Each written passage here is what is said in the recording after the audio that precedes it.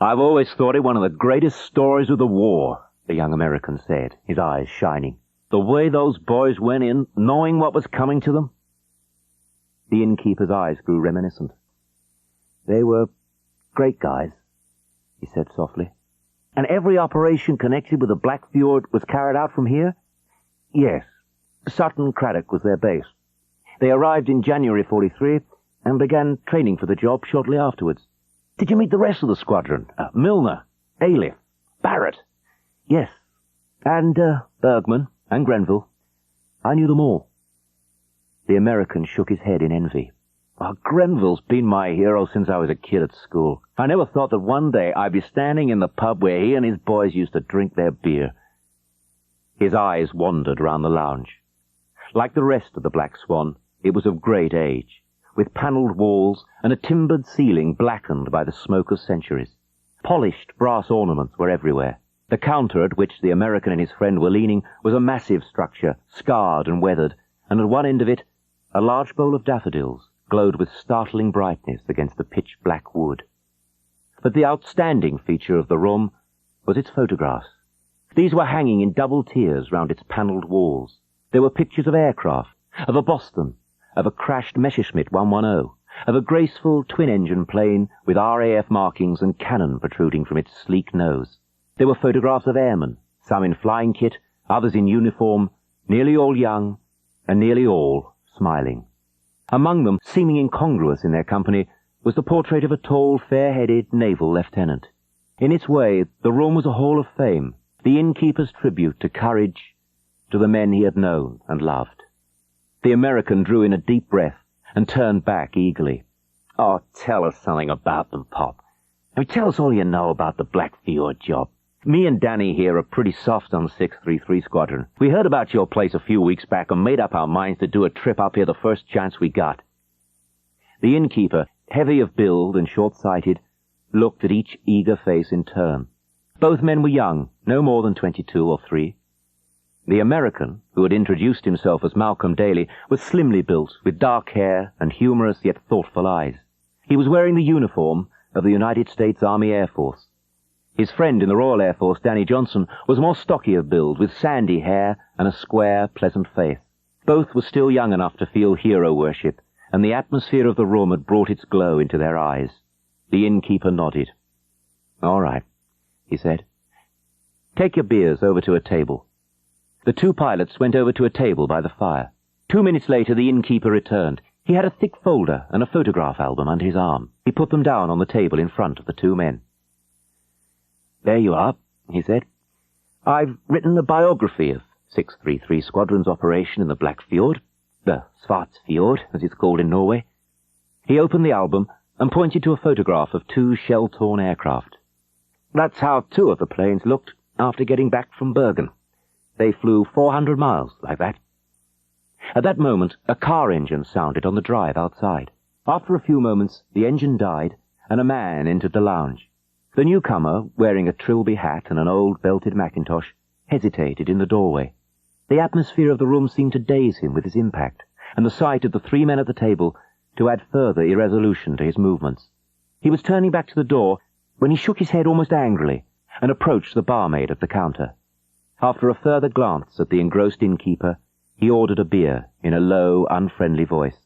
The barmaid watched him take his glass into the corner by the door.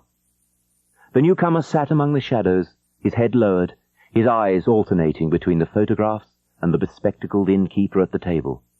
The innkeeper pushed the album across the table. "This is the complete story of the operation," he said. "It starts with 633 taking up their new base on the airfield opposite, and ends among the Focke-Wulfs and Flak in the Black Fjord." He paused for a moment, and then he began again, at the beginning. 633 Squadron took over its new airfield at Sutton Craddock on the 8th of January, 1943. It was a bleak day, with a spot of drizzle and a raw wind from the east. The deep, low humming of the aircraft grew louder until the windows of the Black Swan were rattling with the noise. A crow, perched high on the crab-apple tree in the front garden, took fright and fled down the road like a startled enemy bandit. The first Boston appeared out of the cloud. It was piloted by Grenville, and he brought it low, studying the layout of the airfield. He caught sight of the lone inn on the road alongside the field and wondered what it was. A Cockney voice suddenly came over the intercom. "Hey, looks as if the natives are friendly, Skipper. See that girl down there, waving to us? Now, ain't that nice?" Well, that was Hopkinson, his observer.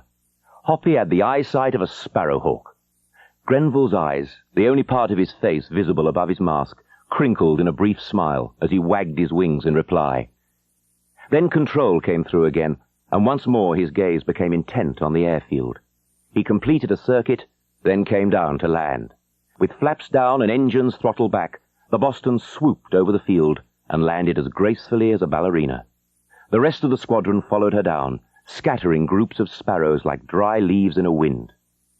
On hearing the approaching engines, Maisie, the barmaid of the Black Swan, had run to the door of the bar. She was a big, handsome girl with black hair, dark eyes, and bold features. She stood on the steps, waving a duster at each plane as it roared by. She was joined, a few seconds later, by the innkeeper, Joe Kearns. Kearns was a man in his middle 50s, bespectacled, stout of build, with thinning white hair and a pleasant, ruddy face. He stood peering up into the drizzle until the last plane had gone by. Maisie's eyes were sparkling with excitement as she drew reluctantly back into the bar. Oh, they looked fine, didn't they, coming in low like that? Did you see them waggling their wings? They saw me waving to them. There was satisfaction in her strong, throaty voice. A smile pulled at the corner of Joe Kearns's mouth. Aye, they saw you all right. "I wonder who they are," said Maisie. "One of the station police who came in here last week said they were a crack squadron coming in for special duties. Do you think they might have some of those aces among them, like those you read about in the papers? Or wouldn't that be wonderful?" She looked eagerly at Kearns. "Do you think any of them will come over tonight?" Kearns shook his head. "I don't know, lass. They'll have their own mess, but we're bound to get some over, eventually." One of them did come over that very evening, just before dinner, but he was not one of Maisie's aces. He was Adams, the station intelligence officer. Before leaving his billet, he checked his appearance in a mirror. His reflection showed him a man in his middle 40s with short legs, a plump, round face, and spectacles. His service greatcoat added to his stoutness, and the peaked cap made his face look owlish. Nothing could look less military, and Adams turned away from the vision in distaste. Adams was something of a complex character. He hated war, yet would have given his right arm to have been young and fit enough for flying duties. Temperamentally, he was unsuited for intelligence work because of the romantic streak in his nature, which constantly rebelled at having to keep silent over the deeds of courage he heard almost daily. He was a keen observer, highly imaginative, self-critical to a fault, and utterly contemptuous of his role in the war, being quite certain that the crews he interrogated shared his contempt. His wife was a woman 15 years younger than himself, and it was because of her that he was making his present call at the Black Swan. He stood now in front of the blackout curtain of the lounge, staring round at the panelled walls with their glinting brass ornaments. Maisie, reading a thriller behind the counter, looked up and quickly preened herself. He wasn't exactly the film star type, but still, he was a squadron leader, and she decided he deserved one of her Sunday afternoon smiles. "Good evening, sir. What can I get you?" Adams approached the counter. Good evening. Is the landlord about? I'd like a word with him, please." "Oh, Mr. Kearns. Half a mo. I'll give him a shout. Joe, there's a gentleman from the aerodrome to see you." Kearns entered the bar, eyeing Adams curiously. Good evening, sir. What can I do for you?" I'm looking for a place for my wife," Adams told him. "I've just arrived today, and one of the workmen said you had rooms here. What's the position?" Kearns shook his white head regretfully. "Oh, I'm sorry, sir. I don't let rooms anymore. I'm a widower. I can't get the help to do the cooking, that sort of thing. Help's hard to come by these days, you know." "Oh, Mrs. Billen would help you out," Maisie interrupted. "She said she'd lend her hand if you were ever stuck." The grateful look on Adam's face encouraged Maisie to continue. "He'll never get a room in Highgate. It's full of evacuees. Oh, go on, Joe. Let him have one here. We'll manage." Kearns shifted uncomfortably. He was a kind-hearted man who always found difficulty in refusing a request. He scratched his head uncertainly. "Well, if you think your wife wouldn't mind doing her own cooking—" "Oh, I'm sure she wouldn't," Adams said. He was not sure at all. Kearns was still undecided. "Well, I hadn't intended to take anyone in, but—" "Oh, well, all right then. Seeing how things are, I'll do it. You'd better come through and see what I've got. Hey, that's better, Maisie said cheerfully, opening the flap of the counter to let Adams through.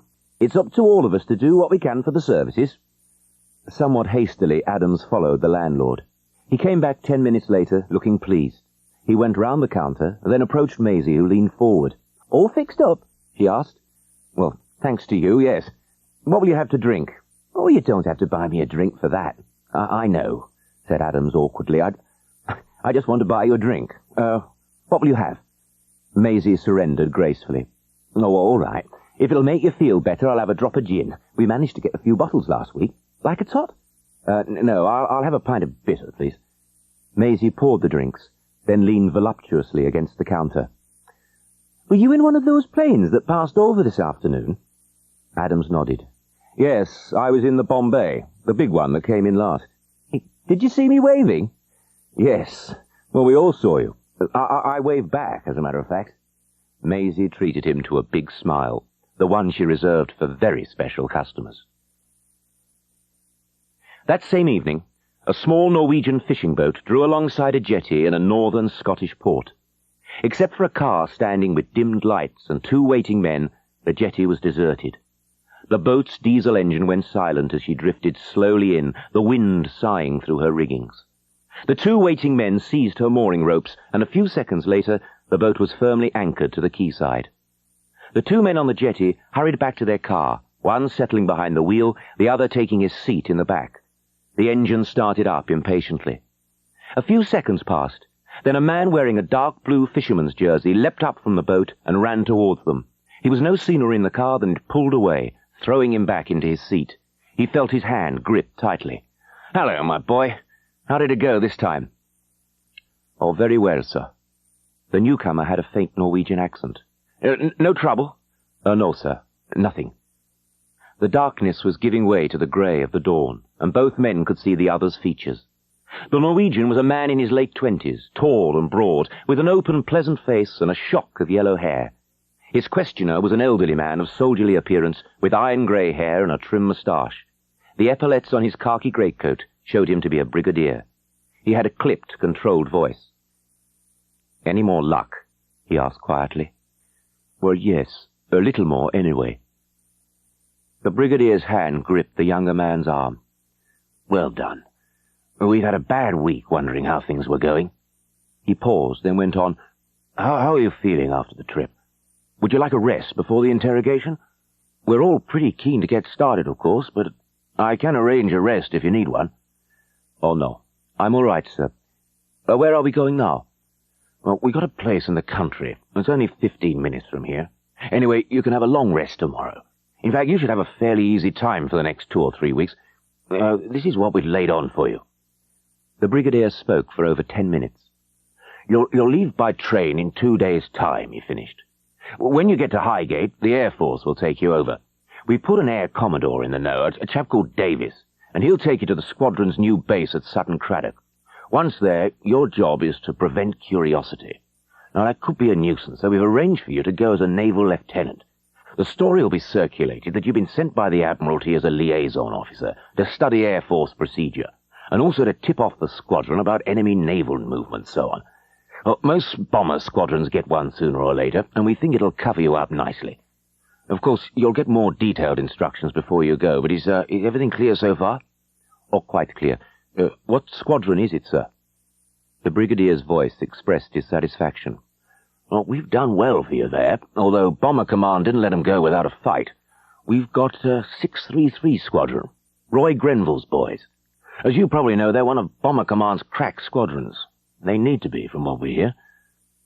The Norwegian was looking puzzled. But Grenville's squadron uses Bostons, doesn't it? Surely they can't carry heavy enough bombs for this job. And you say Sutton Craddock is down in North Yorkshire? Or shouldn't they use a base in Scotland to cut down the range? Again the brigadier lowered his voice. Well, Jerry might start getting suspicious if a new light bomber squadron moved up into Scotland. He'll be wondering about 633, of course, but for the very reason you mention, he won't guess its purpose. The doubt was still in the Norwegian's eyes. But I still don't understand, sir. How can they do this job in Bostons? They won't have to, the brigadier told him. There's something very special coming along. Don't worry. They'll have the planes to get there. Back at Sutton Craddock that morning, all the orderly disorder of a squadron on the move was at its height. An endless convoy of lorries was bringing in the stores. Thousands of gallons of high-octane fuel were being poured into the petrol dump. Hundreds of tons of equipment was being stacked into the workshops, the hangars, and the Nissen huts. The bomb store at the far end of the airfield was being filled. In the station armory were being stored the spare Browning guns, the gun sights, the belt-filling machines, all the 101 ancillaries that go with the weapons of a modern squadron. In the workshops, men toiled, heaved, and swore. Mechanics complained about their toolkits lost in transit. NCOs dashed from officers to men and from men back to officers again. As fast as stores were removed, fresh piles took their places as the lorries rolled in. At last, order began to emerge. The intelligence and navigation officers found their charts and maps and began getting their offices in order. The squadron office, the flight offices, the messes, the cookhouse, the crew rooms all started receiving their equipment at last, and the familiar yellow gas detectors began appearing in their usual places. Barrett, the station commanding officer, was standing restlessly at the window. He was a heavily built man of 42, with thinning hair, rather melancholy brown eyes, and a moustache large enough to earn him the nickname of Wally from his men. Although not imaginative, he was efficient, conscientious, and popular with his squadron. His ribbons included the AFC and the DFC, the latter medal having been won over Kiel in the early days of the war when he had collected a chest wound that had grounded him for a long time. Because of it, he was still under orders to fly as little as possible, an order that irked him, for he was a very keen pilot. As he stood at the window, the distant roar of engines as a Boston was run up for testing came to him. Queer business, this posting, he reflected. Too much secrecy for his liking. Anyway, maybe something would come out of the bag today. He certainly hoped so. The station wagon pulled up outside with a squeal of brakes. A few seconds later, he heard footsteps in the corridor, then a tap on the door. Barrett knew the first of the two men who entered. It was Air Commodore Davis, an alert little man with a sharp, intelligent face and quick, darting eyes. In certain moods, he resembled a truculent cockerel. Temper or not, he was a man Barrett held in high esteem. He came forward now with characteristic quick strides, his hand outstretched. He had a sharp, somewhat high-pitched voice. "Hello, Barrett. How's everything going? Seeing daylight yet?" "Oh, we're nearly out of the woods, sir. We're getting the kites air-tested today." "Oh, good man. That's fine. Now, I want you to meet Lieutenant Bergman. Lieutenant Bergman, this is Wing Commander Barrett, 633 Squadron CO." The Norwegian stepped forward. Barrett took a look at his firm mouth and steady blue-grey eyes and decided he looked a good type. He held out his hand. "Glad to meet you, Lieutenant." "I am very pleased to meet you, sir." Barrett noticed the foreign accent and wondered whether it had any connection with the conference to follow. He saw Davis looking at him. "Where's Grenville and your intelligence officer?" "They're both in the SIO's room, sir. I thought there might be something you wanted to tell me before they came in." Davis shook his head. "No, I don't think there's anything. Give them a call, will you?" Barrett spoke into his desk telephone, and a few moments later there was a tap on the door. "Come in," Barrett shouted. One of the men who entered was Adams, his eyes curious behind his spectacles at the sight of the naval officer. Bergman examined him, then turned his gaze on his companion. This one, he knew, would be Grenville. Roy Grenville was 26, slightly over medium height and compact of build. The force of his personality struck Bergman at once, that indefinable magnetism that makes a man a natural leader. Yet there was nothing about his appearance to conform with the popular conception of the ace pilot. He wore his uniform correctly and well. The same self-discipline showed in his expression and movements, indicating that here was a man who, after subjecting his mind and body to 100 perils, had learned all their tricks, and now had both under rigid control. He looked an intelligent man who was applying all the power of his mind to the business of war with a ruthless disregard to its effects on himself. Below his pilot's brevet was an impressive row of ribbons, including the DSO and the DFC. Introductions were made, and Davis, who knew Grenville, exchanged a few warm words with him. Then he took his place behind Barrett's desk. His quick, keen eyes flickered on each man in turn. "The first thing I'm going to impress on you," he began, "is the need for absolute secrecy in everything you're going to hear. Not only Lieutenant Bergman's life, but the lives of hundreds of others could be lost by careless talk. In fact, God knows just what isn't at stake in this show, so keep your mouths buttoned right up. As you're going to find out in a moment, the lieutenant here isn't quite all he seems. But as far as the rest of this squadron goes, he's a Norwegian naval officer who has come here to find out what makes the RAF tick, and also to act as a liaison officer between you and naval affairs in northern waters. Most bomber squadrons get a naval officer sooner or later, and this is yours. Look after him and play up to him. That's something you can let out of the bag. In actual fact, Lieutenant Bergman is a liaison officer acting between the Norwegian resistance movement and our own special services. He used to spend most of his time over in Norway, tipping us off by wireless about shipping movements, that sort of thing.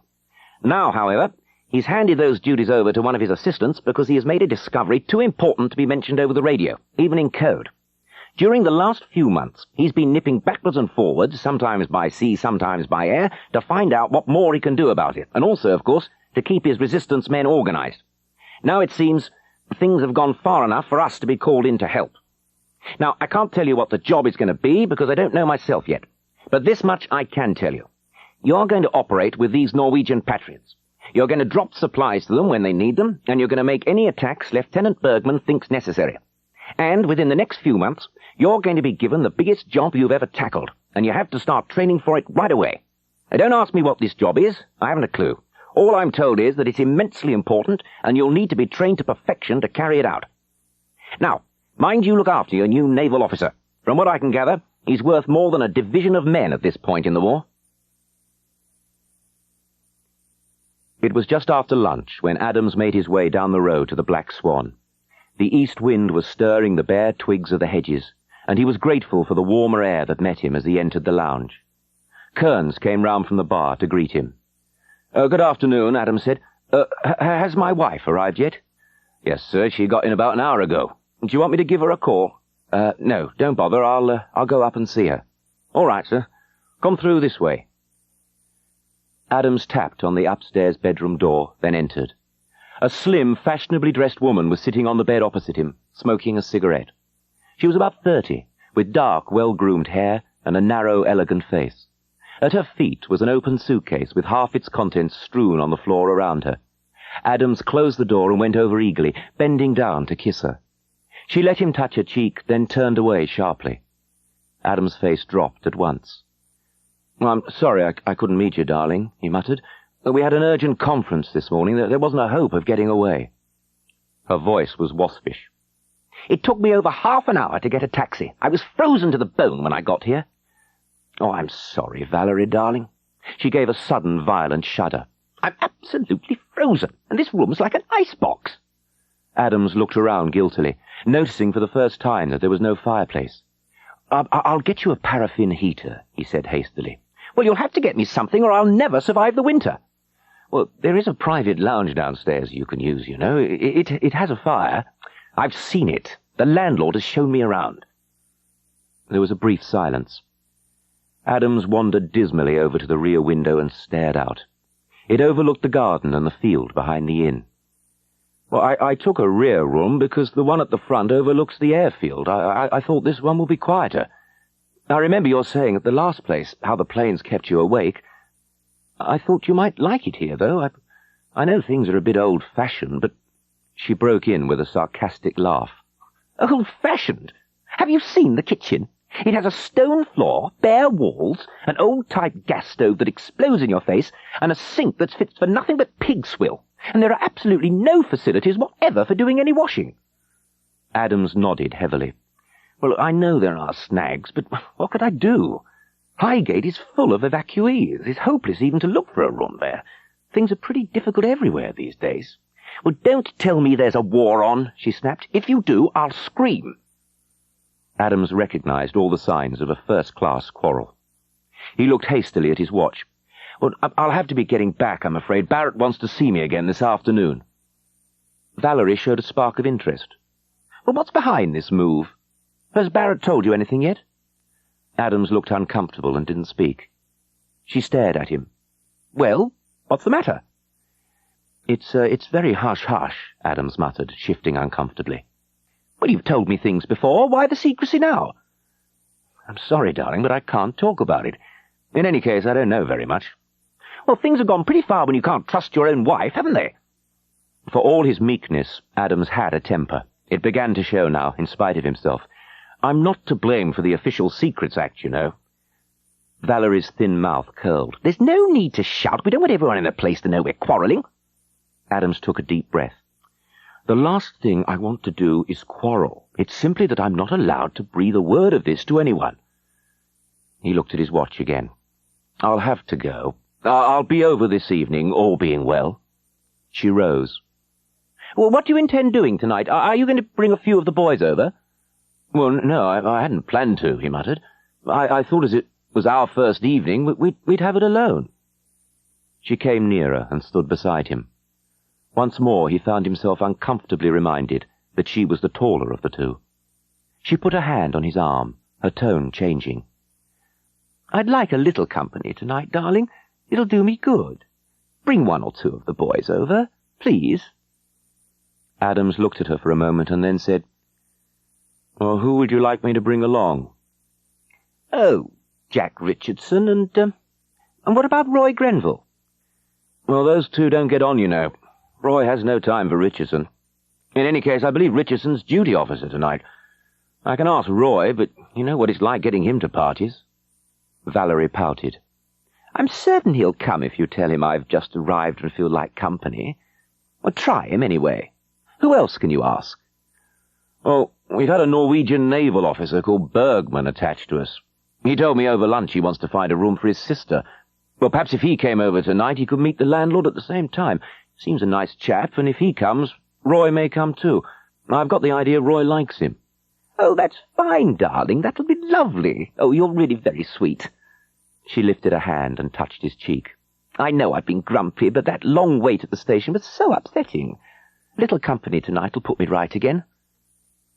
Adams went downstairs again with his emotions in a tangle. He ran into Kearns in the hall. "Everything all right, sir?"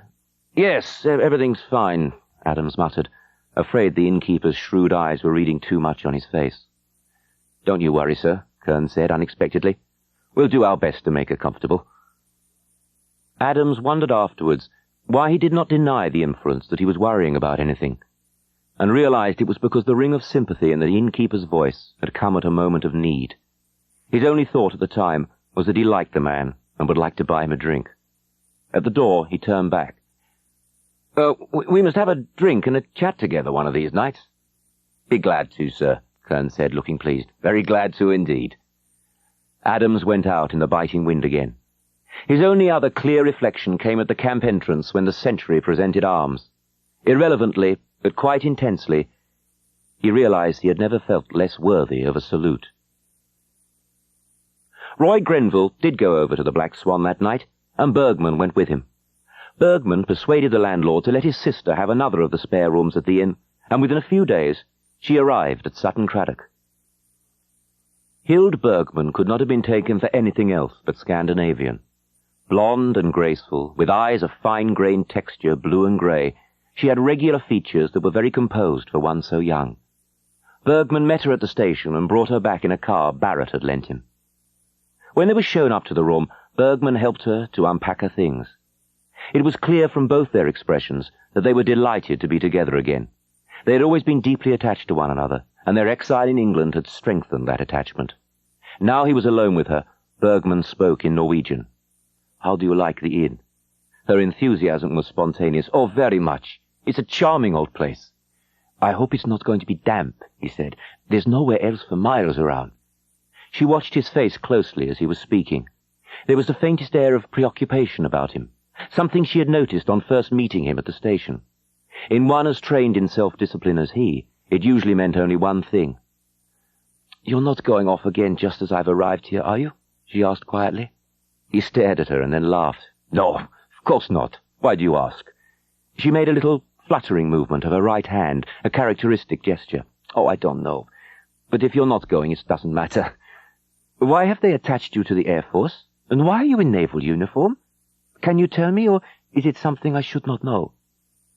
He told her as much as Davis had told the others. "That's as far as I dare go at the moment," he finished, "and even that much is very secret indeed." Her clear, steady eyes were shining. "But that is wonderful, Finn. It means you will be staying here, not going back." He checked her quickly. "It means I shall be here for a few weeks. That is why I asked you to come." "Oh, only a few weeks?" He saw her disappointment and squeezed her arm. "Well, that's longer than we've been together since 1940. Let's count ourselves lucky and make the best of it, shall we?"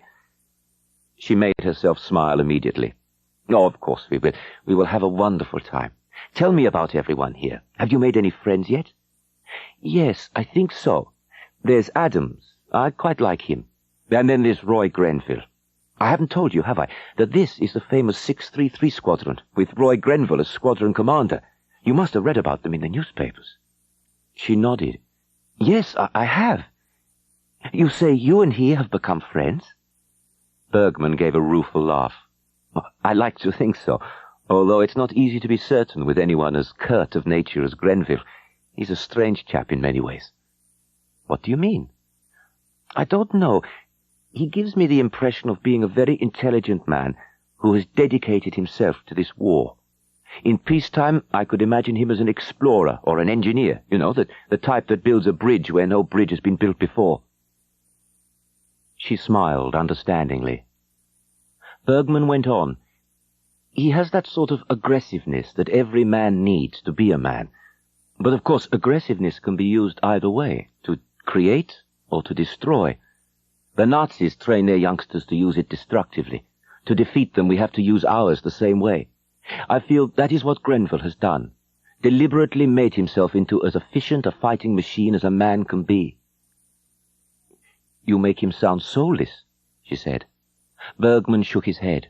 "On the contrary, I get the impression he bitterly resents what he has had to do, and so takes it out of the Germans all the more. But I may be hopelessly wrong about him. He may really like war for war's sake. He's a most difficult man to understand." "You seem to have tried hard enough," she smiled. "I've been seeing a good deal of him these last few days. That's probably why. He has taken me up with him a few times." She gave a start. "You don't mean on raids?" "Oh, heavens, no. Just round and about. I asked him to."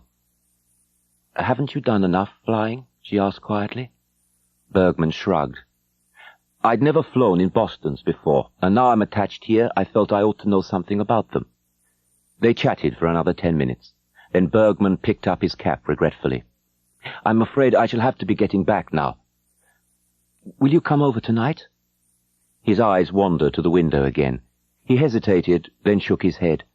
"Things have worked out rather badly. I got some news through the other day that will keep us on duty tonight. It isn't quite definite yet. I shall get another message through later. But in any case, we shall all be standing by. But I'll be over tomorrow at the first opportunity."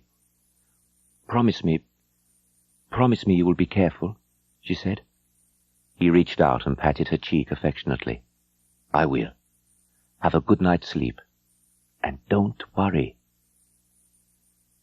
A few mornings later, Barrett stood by his office window, his blunt fingers drumming impatiently on the sill. He turned sharply at a tap on the door. "Come in," he said abruptly. Grenville entered. Barrett waited until he had closed the door before speaking. "I've just had Davis on the blower.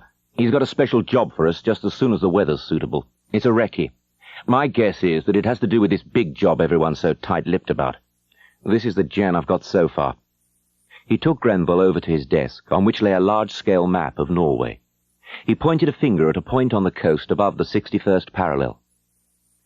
"There's a fjord here called the Fjord. It's very steep, about 25 miles long, and at the back end there's a hydroelectric plant and a large camouflaged building. It's this building we have to photograph." Grenville looked up from the map, his face curious. "You don't know what it is?" Barrett grunted his disgust. "No, but it's obviously important. They got an elaborate plan worked out to kid Jerry we don't know it's there, and are flying over that way by accident. Davis has had it all worked out and gave it to Bergman yesterday. In a few minutes we'll go in and have a talk with him. He's with Adams at the moment. I called you in to talk about the crew. Davis said he'd like you to go yourself. I said I'd like a word with you first." "Why?" Grenville asked. Barrett looked slightly uncomfortable. "Well, it seems a dicey show to me. They don't want to send an escort for fear of making Jerry suspicious, and yet if it's that important, he's bound to be on the alert. I don't fancy losing my squadron commander on some bloody mountaintop, not when I've got 20-odd other pilots I can send." Well, they aren't likely to keep a constant patrol at 30,000 feet, Grenville said. Well, if you go, mind you stay up there, Barrett grunted. If you can't see anything for shadows, never mind. Come back and let them organize something else. If you go lower, they'll get you, sure as hell.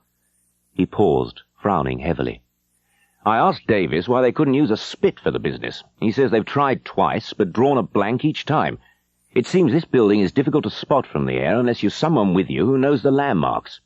So we have to use old Popsy and take Bergman along as a guide. Grenville started at the Norwegian's name. Well, he's not going along, is he? Barrett nodded. That's the whole idea. He leads you over the building and tells the photographer when to press the button. Grenville's face set.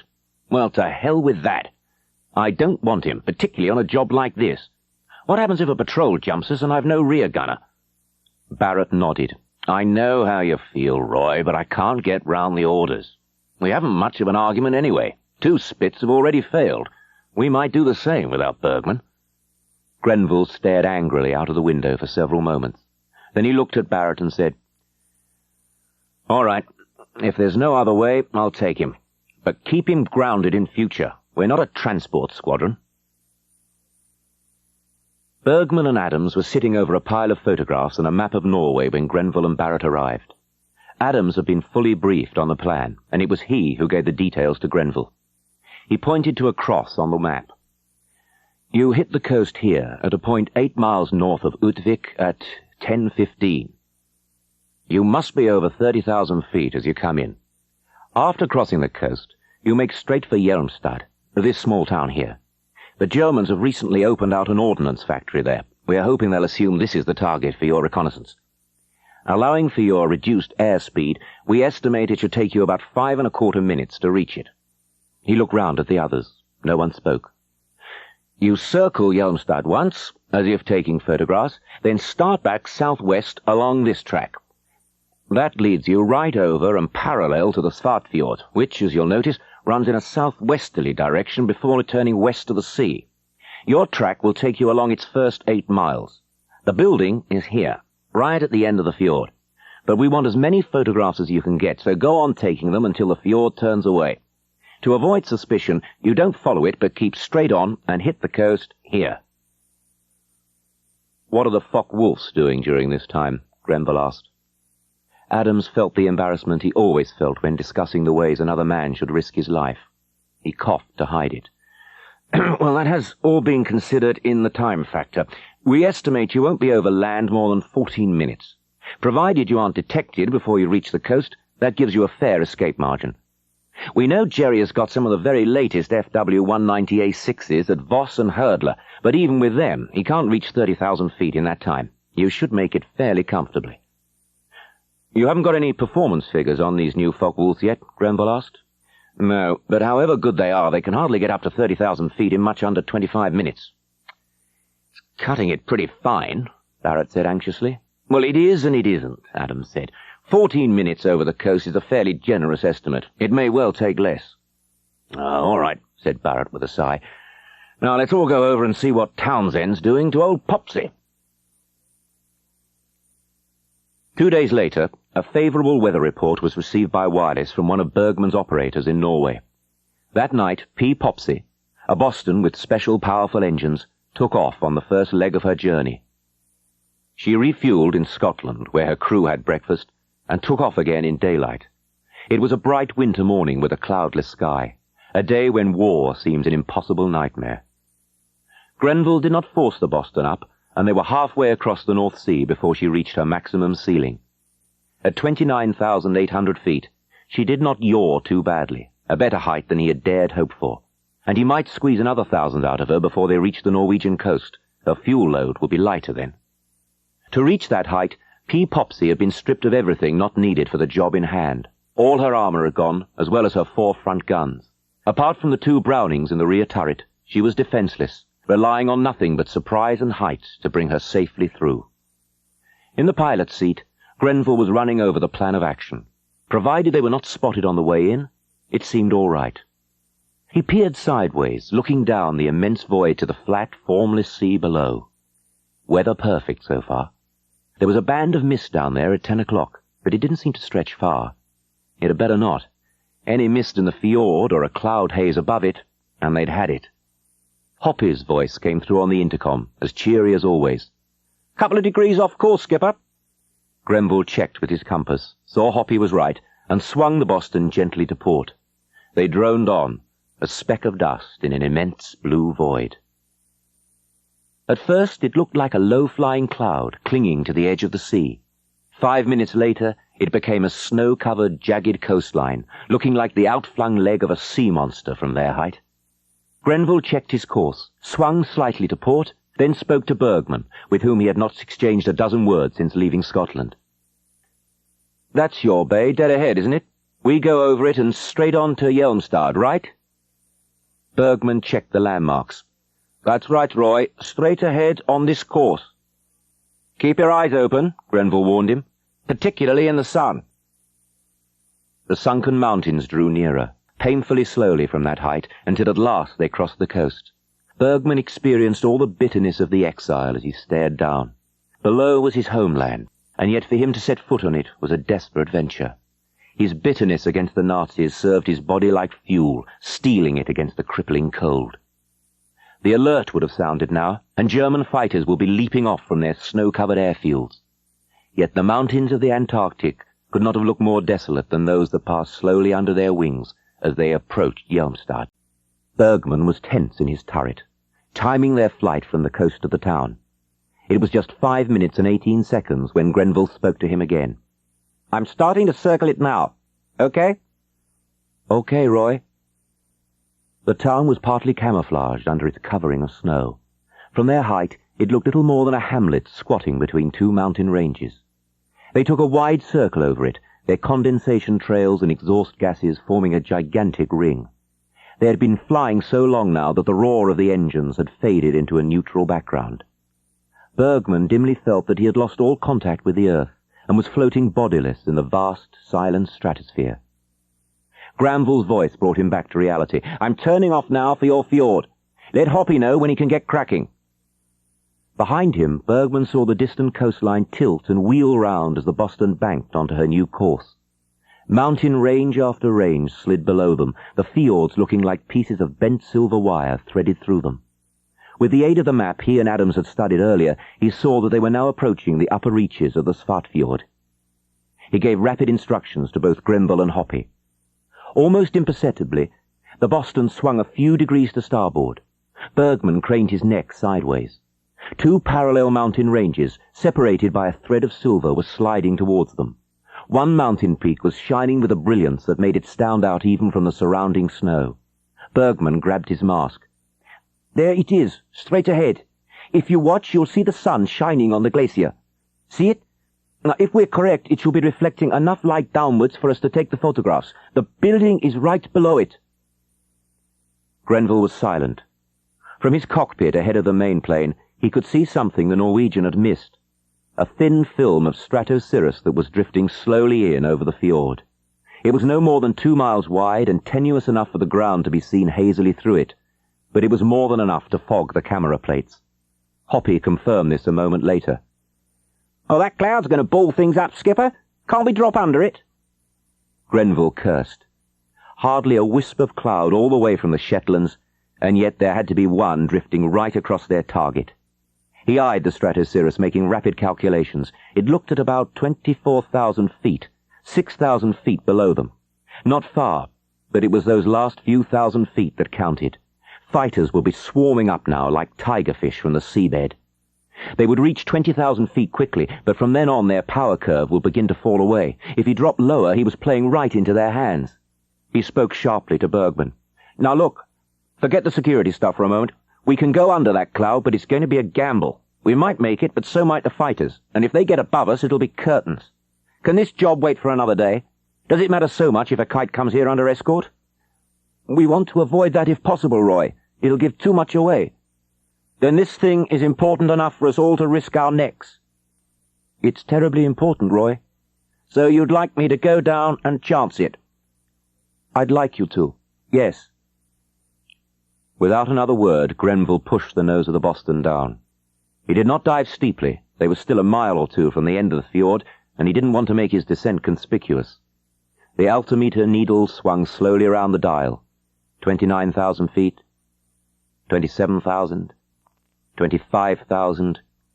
Grenville's teeth were clenched and his hands sweating. The Focke-Wulfs would think he had gone crazy. At 23,500 feet, they reached the cloud, passing through it in a second. It was useless for concealment, yet would silhouette them perfectly to the climbing planes. There was no flak, a favourable sign. Jerry was not suspicious of their intentions and didn't want to disclose the importance of the building below. Grenville straightened out, and following Hoppy's instructions, began tracking over the target. A few seconds later, Hoppy began taking his photographs. Grenville, certain now that the building below was their ultimate target, stared down curiously. The mountains flanking the narrow Svartfjord were clearly of great height. On its western side, right at the end of the fjord, was a bulbous top mountain capped by the glacier. Bergman had pointed it out, and it was easily distinguishable by its mirror-like brilliance. Directly below it, at the bottom end of the enormous cul-de-sac, Grenville could just make out a dark building through his binoculars. Although dwarfed by his altitude, it was clearly one of considerable size. Surrounded on three sides by precipitous mountains, with its only ingress the deep and narrow Svartfjord, it looked completely impregnable. Grenville could make nothing of its purpose. Slowly it fell behind them as they droned on.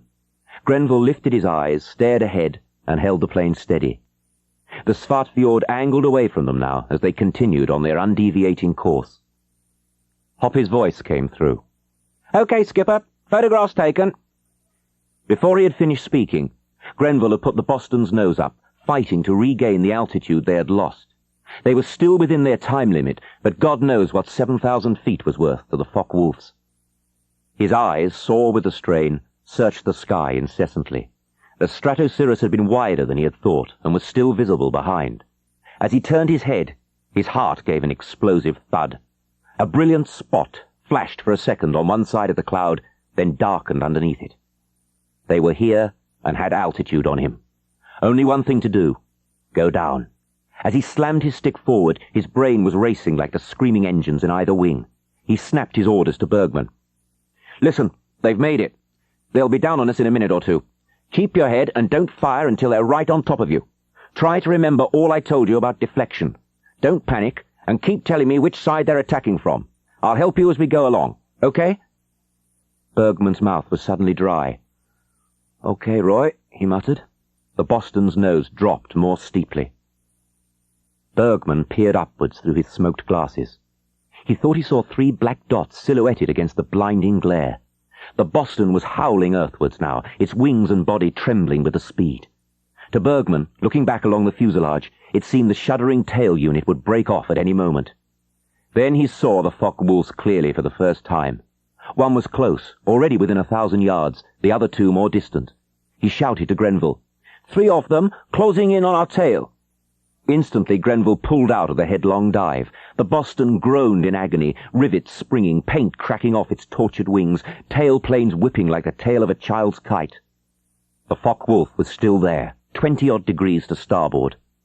Bergman stared with fascination at its short, quivering wings, its long, transparent hood, and its huge radial engine. The olive-green upper surfaces of its wings, with their huge black crosses, showed vividly as it swung into position. In the brilliant sunlight, it glowed like some great insect, beautiful and evil. Grenville's voice came over the intercom. "I'm turning to starboard to increase his curve of pursuit. He might black out. Watch him, and when he shudders, fire." The Boston heeled over steeply. Bergman, crouched behind his sight, saw the Focke-Wulf's wings tilt at a steeper angle as it tried to follow them. He understood Grenville's tactics now. At that speed, a steep banking turn increased the G, particularly for the fighter, which had to turn inside them to get the Boston in its fixed forward gun sight. The Focke-Wulf's wing tilted more steeply. Bergman could see its pilot clearly now, crouched forward under his long transparent hood. The Focke-Wulf was close, not more than 300 yards away. The Norwegian's spine cringed as he imagined his turret slowly sliding into the pilot's gun sight. At any moment he would open up with his cannon. Then the 190 faltered. Bergman saw the sudden blind flutter of its wings, the helpless drop of its nose. The pilot had greyed out for a moment. This was his chance. He put his sight on the radial engine and fired a long 4-second burst, 20 bullets a second hosing out from each of his Brownings. His tracer appeared to be striking, but now the nose of the 190 was coming up. Its pilot was recovering. Bergman fired another frantic burst, and this time black smoke began pouring from the fighter's exhausts. His propeller stopped, it banked sharply away, and began gliding earthwards. Bergman let out an exultant yell as he fired another burst after it. "I got him, Roy! He's broken off! I hit him!" Grenville's voice cut his words off in his throat. "Watch out, you fool! Watch out for the others!" Bergman glanced back, and his stomach shrank in fear. The 2 remaining 190s had closed in and were less than 400 yards away. As he stared at them, bright flashes ran along their wings. He twisted his guns back, but he was too late. Before his eyes, the Perspex turret splintered into white stars. He heard 2 shattering explosions and felt himself hurled backwards. There was a moment of intense pain, then nothing but red-streaked darkness.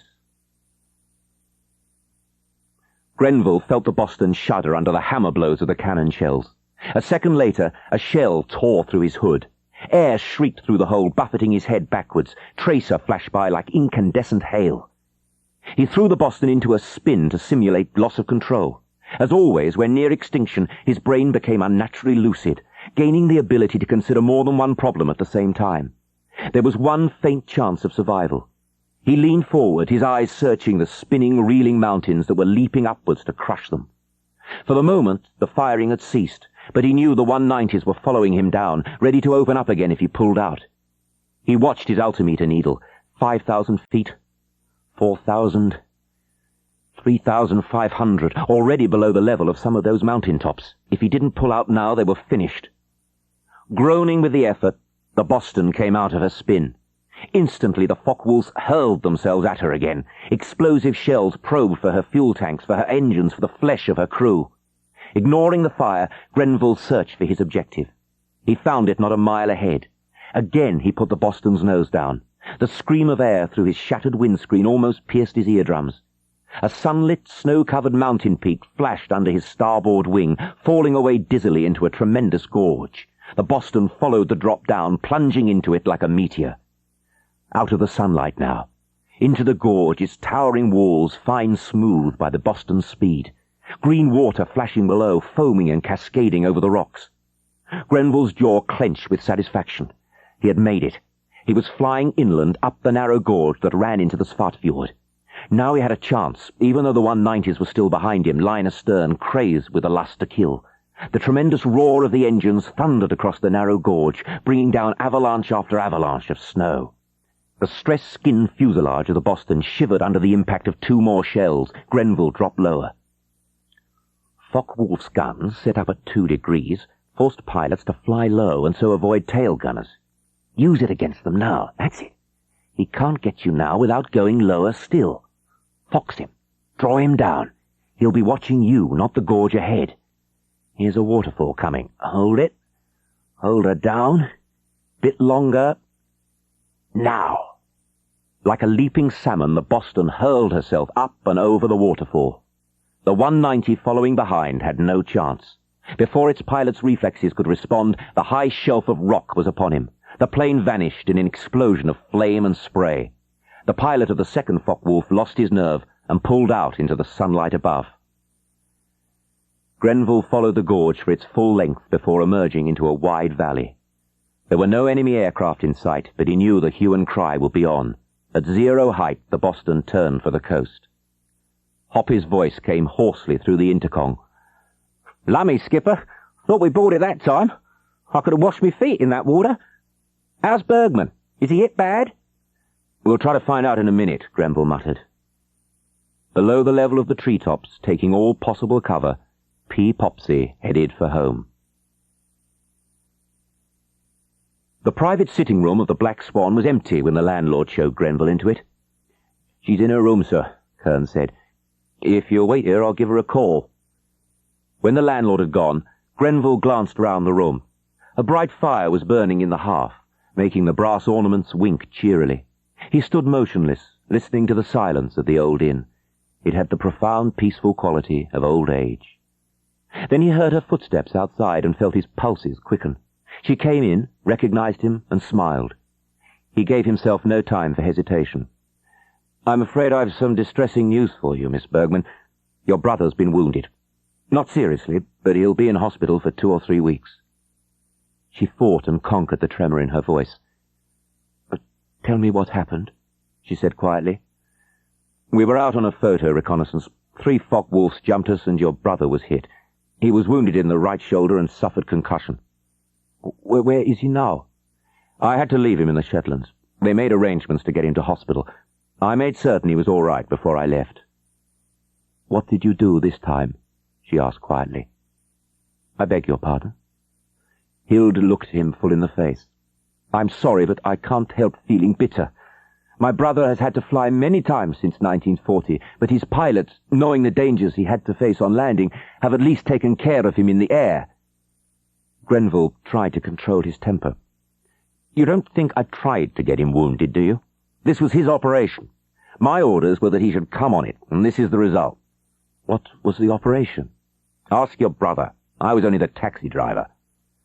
Hild moved over to the fireplace. With one arm on the mantelpiece, she stared down. The firelight seemed eager to touch her, running its glow over her slim body, limning its contours in shadows. A welter of emotion suddenly surged up inside Grenville. None was defined, but all seemed to gear up with his tension, inciting him to some act that would explode it away and bring him relief. Hardly aware of the movement, he drew closer to her. She looked up and saw how near he was standing. The firelight, growing in strength as the room darkened, shone full on his face, betraying much that the dusk had kept hidden. She saw the intense weariness in the shadows under his eyes, the resolution in the lines of his cheek and jaw, the bitterness and strain round his mouth. She looked into his eyes, where the fire glow was hot, and saw tiny miniatures of herself framed there. She frowned slightly, shaking her head. "I'm sorry. That was not fair of me. I should not say such things until I know more of what happened." It was this retraction of hers that triggered off Grenville's impulse. That, and something which sprang without authority into her eyes on seeing the desire in his own. He caught hold of her, jerking her towards him.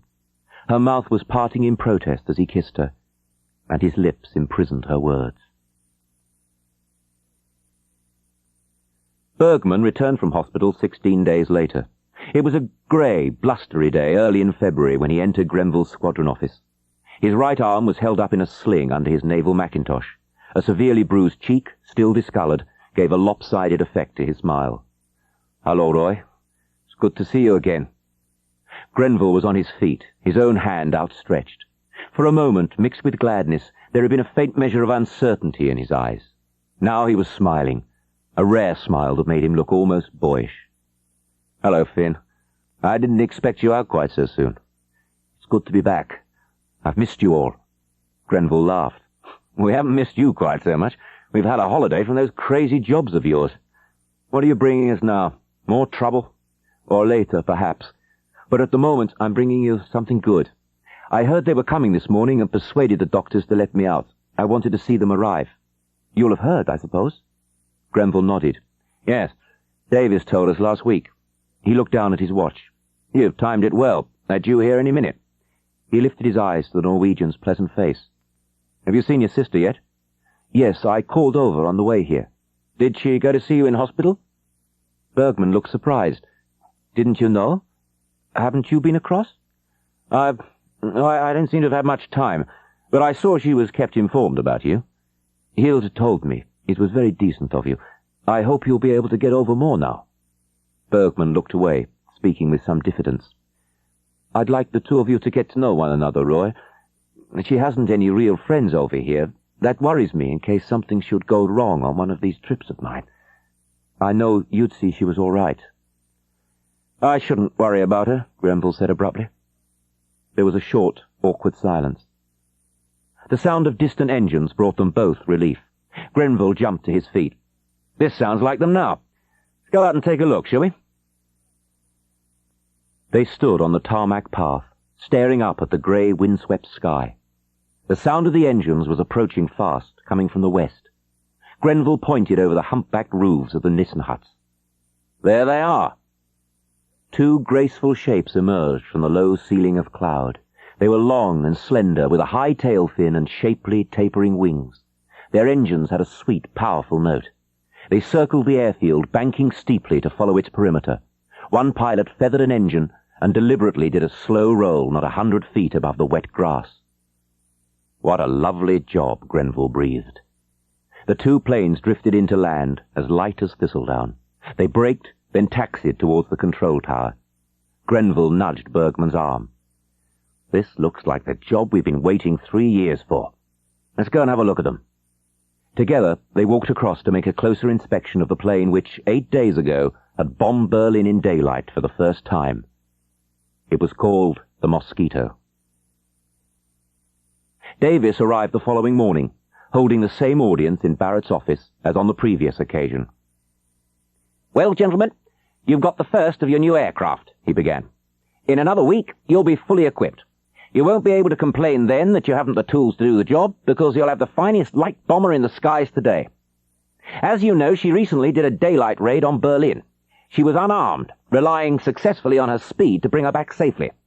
Wonderful job though she is, however, we've finally decided an unarmed kite, however fast, is a bit risky for the kind of jobs you might have to do. We next had a look at the fighter-bomber version, but the snag there is that the cannon breeches extend back into the bomb bay, so cutting down the bomb load considerably, and your bays, as you'll have noticed, have been converted to carry the maximum load of 4,000 pounds. So, we had a chat with the makers, and they did a fine compromise job for us. To get the cannon in, they used 2 of the short barrel type and extended them in front of the nose. That gives room inside for the breeches. Of course, they couldn't give you 4. With a full bomb load, you'd be overweight. But they made up with 2 Brownings for good measure. Now, once your bombs have gone, you've got a kite that can match any fighter Jerry can put up. Any questions so far?" "I notice there's no hatch in the nose," said Grenville. "How does the observer use his bomb sight?" "He doesn't," Davis said. "For the job you're going to do, a bomb sight won't be any use. I'll explain that later. First, your conversion. I want it done quickly because I want special squadron training to start in less than 2 weeks. It's going to mean a lot of work and a lot of reorganization. Your gunners are going to become redundant. They'll be posted. Your remaining pilots and observers are going to have a lot to learn, and they've got to learn it faster than anything that's been learned in the service before. Time's running short, and believe me, time is precious. This thing is bigger than I'd realized. Too damn big. Once you're crewed up and have got your kites, we're sending you up on a daily trip to Scotland. A couple of routes are worked out for you, which you'll always use to make things easier for the Observer Corps. Up there, we have a deep valley with a special target site waiting for you. As near as possible, it'll resemble the target you're being trained to hit. You've probably guessed by this time what that target is. I'm not allowed to tell you its purpose. I may never be allowed to, but I can say that you're out to destroy that building at the upper end of the fjord. No man outside you 3 must know about that target. I can't stress enough the importance of secrecy. Now, a few words about the training. This valley in Scotland is meant to represent the fjord. Of course, it's nothing like so deep, but it's the nearest thing we've got. At one end of it, a target site is marked out. Not as you'd expect at the bottom of the valley, but instead in a corrie in the mountainside, under an overhanging clump of trees. That's where you'll practice dropping your bombs. The idea is to fly along the mountainside, bank steeply over, pull away, and as you go, release your bomb. Centrifugal force will then sling it at the target. You can see now how useless a bomb sight would be. It's an entirely new technique, and it'll take a hell of a lot of experiment and practice. But we think it can be done. In fact, it must be done. The real target is at the bottom end of a hellishly deep fjord that's over 20 miles long. We know that Jerry doesn't believe we have a kite that can make a worthwhile attack on such a target, and until the Mossy came along, he was right. However, he hasn't taken any chances. The target's too important. He knows that if an attack does come, the attacking force must fly inside the fjord for a considerable distance, probably from its mouth at the coast. No kite could prang the building from above, and equally no kite could dive down on it. The mountains make both impossible. So, Jerry has built flak posts all along the fjord sides. Lieutenant Bergman says he has everything lined up there. 88, 37 and 20 millimeters. Whole bag of tricks. If you've read your Tennyson, this is the Valley of Death. And if you flow down it as things are at the moment, you'd end up in far worse shape than the Light Brigade. Jerry, then, has been thorough. But our special services and Lieutenant Bergman haven't been sleeping either. The Norwegian Patriots over there have been organized and are waiting. They know their job. All they want now are the tools to help them do it. And this is one of your next operations. On a certain date in April, the lieutenant will be dropped in Norway again. There he'll contact the Patriots and make certain everything's ready. He'll send a message through to us, and on receipt of it, you'll go out one night on a supply dropping job. Among other things, the equipment you put down will consist of light machine guns, ammunition, and grenades. At a given date, a week or two later, you'll go out before dawn, bombed up and ready. For weeks before this date, you'll have been going out at the same time, so that no one around will take particular notice of you. But this will be the real thing. You'll be going out to smash that building in the fjord. In the meantime, Lieutenant Bergman and his men will be doing their stuff on the other side. They'll attack these gun outposts and overcome their crews in a surprise dawn attack. This will actually take place while you're airborne. The timing's most important. There's no chance of the Patriots being able to hold these posts once reinforcements arrive, and the building is so important, Jerry will move heaven and earth to get them back once he's alerted. Fortunately, these outposts are in isolated places, mostly on high mountain slopes, so however fast Jerry moves, he can't recapture them under an hour or two. And in that hour, gentlemen, you'll be batting down that fjord in those new mosses of yours, heading straight for that building. You'll drop your special eggs in a special way, and then get out smartly. If all goes well, the building will be destroyed, and the Patriots will get away before the reinforcements arrived. That's the scheme, and it has to succeed. No one must even consider failure. The alternatives don't bear thinking about. The training of 633 Squadron went on right throughout April, but with two important changes. The first concerned their bomb load. Towards the end of March, they had started dropping 1,000-pound dummy bombs. Now each Mosquito was loading up daily with a single 4,000-pound monster, the plane's maximum bomb load, and sent out to fling it into the target area. Twice a week, lorries brought the specially constructed dummies back from Scotland to be used again. The second change concerned their time of takeoff. Until now, they had done the exercise in the middle of the day. Now they were ordered to be airborne at 0430 hours every morning. To crews already heartily sick of the valley and all it stood for, this was a most unpopular change. To make matters worse, and more incomprehensible, such an early takeoff meant that they had to stooge over the valley for over an hour before there was enough light to commence the exercise. On the surface, the order was received with stoical resignation, but in the privacy of billets, the comments from both air crews and ground personnel were lurid and descriptive. The training continued in the following weeks, and then at last it was time for Lieutenant Bergman to return to Norway. One bright, blustery morning, Bergman and Grenville stood on the airstrip beside the aircraft that was to take the Norwegian back to his native land. The first of the plane's engines fired, scattering a flock of sparrows that had landed alongside its starboard wingtip. Bergman, wearing a flying suit, helmet, and a parachute harness, turned to Grenville and held out his hand. "Well, this is it, I suppose. Up to Scotland, wait for a good weather report, then off we go." His accent sounded more pronounced than usual. "Goodbye, Roy, and the best of luck." As always when under the stress of emotion, Grenville's tone was brusque. "You need the luck, not us. Hang on to it, and don't take any chances." Bergman smiled. "I don't intend to get caught if I can help it." "Well, mind you don't," Grenville said curtly. Their eyes held a moment. Then Bergman turned for the plane. Grenville watched him enter it, and didn't move until the aircraft had taken off and was climbing steadily over the distant trees. He returned to his office, sat in thought for a few minutes, and then went to see Barrett. "Will you want me this afternoon?" he said. "No, Roy, I don't think so. Take a couple of hours off, if you like." "May I borrow your car?" Although it was the first time Grenville had made the request for himself, he had no doubt of the answer. Barrett's generosity with his car was proverbial. "Oh, you know where it is, Roy. Help yourself." Grenville returned to his office and phoned Hild. "Would you care to come out with me for a drive? I've got a couple of hours, and it's a fine day." Her low voice expressed her pleasure. "I would like that very much, Roy. What time will you be coming over?" Grenville picked her up at the inn 15 minutes later. He felt a disturbing sensation as she approached the car. She was bareheaded and wearing a dove-grey coat thrown loosely round her shoulders. Her face was flushed with pleasure as she slid into the seat alongside him. "This is a nice surprise, Roy." "I felt like getting away for a few hours," he told her as he drove away. "Is there anywhere particular you'd like to go?" "No. Please go wherever you wish. I should be quite happy." Grenville was aware of an odd lightness of heart. It was irrational because Bergman had gone, and he thought a good deal of the Norwegian.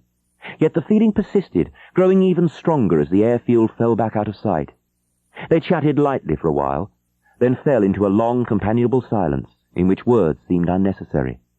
They were driving over the moors, with the sea a blue haze in the distance, when she spoke to him again. "You are looking happier today than I have seen you look for a long time, Roy. What has happened?" Grenville's sense of guilt returned, particularly when he realized he had not given her the news. He kept his eyes on the twisting road ahead. "Nothing," he said. "It must be the day. It's good to see the last of winter." She laughed. "I thought you must have been given some nice, dangerous raid to look forward to." The lightness of his mood, already threatened by the stinging memory of Bergman's departure, suddenly vanished. On an impulse, he pulled up the car and turned towards her.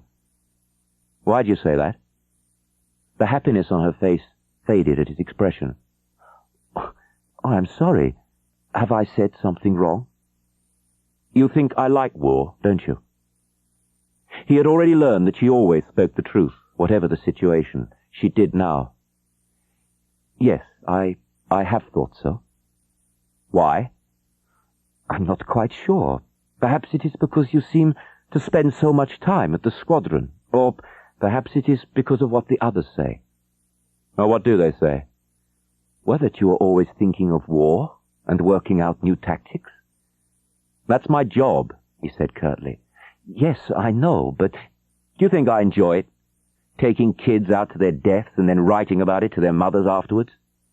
I hate war. I always have. But I also hate bullies.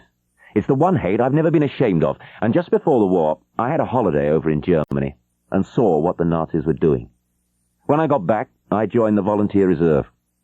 Somehow, after that, everything else in life, marriage, a career, everything became unimportant until they were beaten and the whole filthy business was over. I like to think that there's a subtle difference between that and liking war." "Oh, don't be angry with me," she said quietly. "I had no way of knowing this. You make everyone else believe the reverse. Why do you do that, Roy?" He could not have answered her if he had tried. Instead, he told her about Bergman. As he had expected, she took the news without flinching, although the loss showed deep in her eyes. She gave a slight, protesting shake of her head. "Oh, I know he went this way thinking it would be easier for me, but I would have preferred him to say goodbye. I have a strange feeling about him. I've had it some time now. I feel he is going into great danger." "Well, he has gone, so there is nothing we can do. I suppose it had to come, sooner or later." "But we were talking about you, Roy. You said that to do your best in the war, it is necessary to deny yourself everything else. Is that true? Would not some things make it a little easier to bear? Perhaps even help you a little?" "What things? A girl? A wife?" Sadness tinged her faint smile. "Perhaps even they might be of some help." He shook his head abruptly. "No. I don't want any woman biting her nails over me every time I go out on a raid. I've enough to worry about as it is. A man's a fool to get mixed up with sentiment in wartime." "Can you prevent people being sentimental and biting their nails?" she asked softly. Fear of his own emotions made Grenville unnecessarily harsh. "You can if you prevent them getting any damn fool ideas. I've seen too many sobbing girlfriends and bereaved wives to give the world any more." She turned quickly away again, hiding her face. His next words, following the others like an echo, startled him. "After the war, it may be different, but no one can look that far ahead." She turned back to him immediately. Her voice had a soft singing note. "Some people can," she said. "Some people can wait a long time." In the days that followed, Grenville saw Hilda frequently. There seemed to be a new understanding between them, though they never pursued the conversation they had started on that first car ride. And then one morning, the brigadier called Davis and Grenville to his headquarters near the airfield. He spent a long time with them, and when he had finished, both men began to realize the enormity of the task that lay ahead of them. "You'll understand now the importance of all we've been doing," the brigadier said in conclusion. "That building must be destroyed. We can't even contemplate failure. Knowing it's important puts a heavy responsibility on you, Grenville, I realize that, but I felt you should be told. Are there any questions you'd like to ask? Grenville nodded. When are you planning to send us in? Now, I'm not allowed to give you the exact date, but if everything goes well on the other side, it'll be less than a month. It has to be because... The brigadier broke off abruptly. Grenville followed his eyes and saw that a red bulb over the door was flickering urgently. The brigadier rose to his feet. That means a message has been sent through. Please excuse me while I see what it is. He came back 2 minutes later, looking a different man. His face was quite grey, and his mouth and cheeks pinched with shock. Both Grenville and Davis rose to their feet in alarm. The brigadier motioned to the air commodore. Davis, will you come with me, please? I have some serious news for you. Davis threw an anxious look at Grenville and followed the brigadier from the room. On their return, Davis looked as white as the elderly soldier. He addressed Grenville at once, his voice urgent. When do your kites get back from Scotland? Grenville glanced at his watch. Well, they should have been down 80 minutes ago. Tell me, didn't you once train your men to do skip bombing? You know, precision stuff with time delays? Puzzled, Grenville nodded. Yes, we were given that Groningen prison job 3 months ago. Of course, we haven't done any in these new planes. That's good enough, Davis interrupted curtly. He nodded to the brigadier and picked up the telephone. 10 seconds later, he had Barrett on the line. Barrett, Davis here. I want your Mozzies refueled and armed in less than an hour. Yes, you can. Make 'em work like hell. The bombs are to be 500-pound MCs with 11-second delays. Got it? Right. Get your crews alerted. We'll be over as fast as we can and we'll give you the rest of the gen later. Now put me over to Adams, will you? After giving instructions to Adams on the maps and photographs needed for the briefing, Davis slammed down the receiver and turned to Grenville. You'll have to lead them in. The job is to hit a certain wooden building in Bergen. Don't ask me why, because no one's going to be told. There isn't any time to lay an escort on. It's a rush job and there isn't a minute to lose. If you go in at low level, surprise and speed should get you through. But if the worst comes to the worst, you've got armament on those Mosses of yours to fight back, thank God. 20 minutes later, Davis and the brigadier were in Barrett's office. Davis closed the door and then came to the point without preamble. Have you got everything moving? Barrett nodded. Apart from the briefing, we should be ready for takeoff in under an hour. Davis knew the magnitude of the task and nodded his appreciation. Well, we'll have to make the briefing as short as possible. I'm afraid we have some unpleasant news and a filthy job for you. The brigadier will give you the details. When the brigadier had finished speaking, Barrett's ruddy face was as shocked and pale as anyone's. Oh, good Lord, he muttered. Filthy isn't the word. Surely we don't have to carry things this far. Davis, highly strung, needed no more to set him off. You don't think we'd give such an order unless it were absolutely necessary, do you? Don't be a fool, man. Barrett had a big man's slow but resentful temper. At another time he might have taken offence, but he caught a glimpse of the brigadier's face. There were lines of agony around the soldier's grey eyes and stern mouth. Barrett made his apology at once.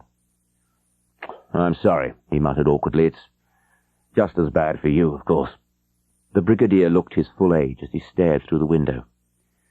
It is a very necessary order, I'm afraid. You know the Nazis as well as I do.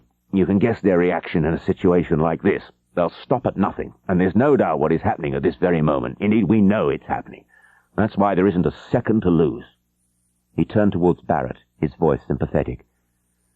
I agree men shouldn't be asked to do such a thing, and they wouldn't be if it weren't for devils like these Nazis. Your men are going out on an act of mercy, and that's the solemn truth. Barrett stood silent, then nodded slowly. Well, at least the men won't know, he muttered.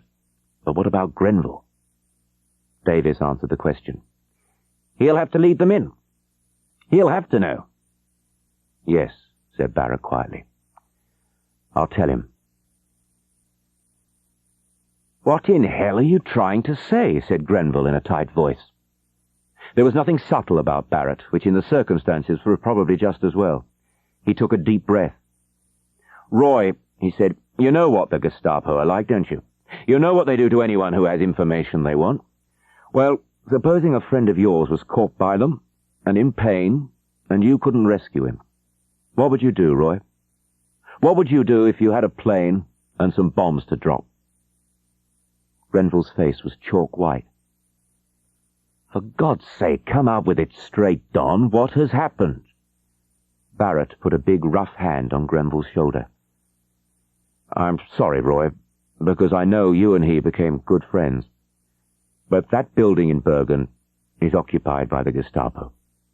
And they've got Bergman and another poor devil inside it. They took Bergman early this morning." Grenville got up and walked to the window. There was a long silence. Then he swung round, his face disfigured by revulsion and hostility. "I'm not taking them out to do this. There's a limit, Don. There's a limit, even in this filthy war. You can have me arrested if you want, but I'm not taking them out. Roy, listen to me. This is an act of mercy. You've got to take them out. I'm not. And nothing you can say will make me do it. But if that building isn't destroyed and everyone in it, it will be." "What do you mean?" Barrett's face paled as realization struck him. You're not thinking of going alone. How can I take anyone else along now that I know what the job is? How can I? Tell me that. But you'll never... I'm going alone, Don. It's that or nothing. It was getting quite dark outside when Adams heard footsteps approaching his office. It was Grenville. He stood a moment at the door, and Adams could not find the courage to meet his eyes. Grenville spoke. "I've come to look over the photographs and maps. I'm taking off at 04:15 hours. Adams said nothing. "Well, come on then," Grenville snapped. "You all want the job doing. Get those maps and photographs out. I want to do a good job, a nice, efficient execution." Adams opened a drawer and took out the relevant material. Grenville pulled one of the photographs from him and pointed at it. "That's the building, isn't it?" Adams nodded. "Yes, it's a sort of annex to the main Gestapo headquarters. As you can see, this building is on a piece of wasteland quite near the railway station. You can pinpoint it on your way in from the docks by using the nautical school in the Nordnesparken as a marker. Straight on, you come to the National Theatre, which is almost alongside the main Gestapo headquarters at the top end of the old Bullsplaza, a wide avenue with flower beds and trees down the centre. At the other end of the plaza is a tiny park, and then a small octagonal lake." He unfolded a large-scale map. "Here it is, the Lille Lungasven. Right behind it is the wasteland with the building, and beyond that is a lake or fjord called the Store Lungasven. You'll have to be careful over there. Jerry has plenty of flak alongside the station and over near this bridge, the Strombro. Here are photographs of the nautical school and the theatre." "I'm not planning to come in from the docks," Grenville said. "You're not?" "No. This is my way in. If I keep on the deck, I'll have the mountains covering me on both flanks most of the way." "What about the building itself? You say it's wooden?" "Yes. Until the Gestapo took it over, it was used as a warehouse. It's 3 stories high and about 50 feet long. It shouldn't be difficult to destroy, if you get through all right." Grenville's lips twisted. "No, it shouldn't be a bit difficult to blow up a place like that. Well, thanks for the gen, Frank. If all goes well, I'll drop in tomorrow and let you know how things have gone." 5 hours later, a party of 4 men, huddled together for comfort, watched a lone Mosquito heading down the flare path. With screaming engines, it hurled its bomb-packed fuselage over the airfield fence with an abandonment that made all 4 men wince. None of them met the other's eyes as they turned away, nor did they speak. Their ears were filled with the sound of those engines, now fading into the silence of the night sky. The dawn broke grey and cold, and the wave-tops below the Mosquitoes snapped like the fangs of hungry animals. Grenville peered anxiously at the lightening horizon. He was 10 minutes late to his ETA. Either he was off course, or the meteorological forecaster underestimated the strength of the headwinds. He hoped fervently it was the latter, although any delay, whatever the cause, would be serious enough if the Focke-Wulfs came up at dawn. He was flying at just under 1,000 feet, and as the light improved, he dropped down to 100. It was another 5 minutes before he sighted land. At first it was a fog bank that appeared, clinging to the sea like a dusty cobweb. As he lifted the Mosquito over it, conical peaks rose from its flat surface like tiny islands. Instantly his eyes lifted to search the sky above. It appeared empty, and he gazed down again. The fog patch passed below him, as did the islands it was shrouding, but he knew now that he was not far from the coast. The tiny peaks were part of the Øygarden group, the long fence of islands that lay outside Bergen and the Nordhordland district. Another line of islands appeared, an unbroken chain this time, with banks of fog swirling in their hollows. Grenville leapfrogged over them, banking steeply, and dropped down another 50 feet. He was flying south-southeast now, with the islands guarding his right flank. He caught sight of a fisherman's wooden house, half a dozen goats feeding on a patch of bright grass, a clump of shrub, a cluster of wind-swept trees. A larger island appeared, a small jetty, 2 fishing boats at anchor, a hamlet, a woman waving an apron from the front door of a house. 2 minutes more, and land soared up on either side of him. Petrol tanks swept by, a group of large camouflaged buildings, 3 tall smoking chimneys. Not 200 yards from his port wingtip, a freighter was making her way up channel, her bow wash white against the shadowy sea. Grenville caught a glimpse of a brace of multiple pom-poms on her boat deck before his speed swept him by. No shots were fired, and 30 seconds later, a shoulder of land hid the ship from sight. The land on either side rose higher, became mountainous with denser vegetation of scrub and pines. Houses became more frequent, typical Norwegian country houses with wooden frames and high sloping roofs. Grenville was in a fjord now, and the water below him was calmer. His slipstreams shivered awake behind him as he streaked not 30 feet above it. He drew back his stick, and a town flashed below him. That would be Garnes. Garnes, and not a shot fired at him yet. He made a little altitude and scanned the sky above. Still no sign of fighters.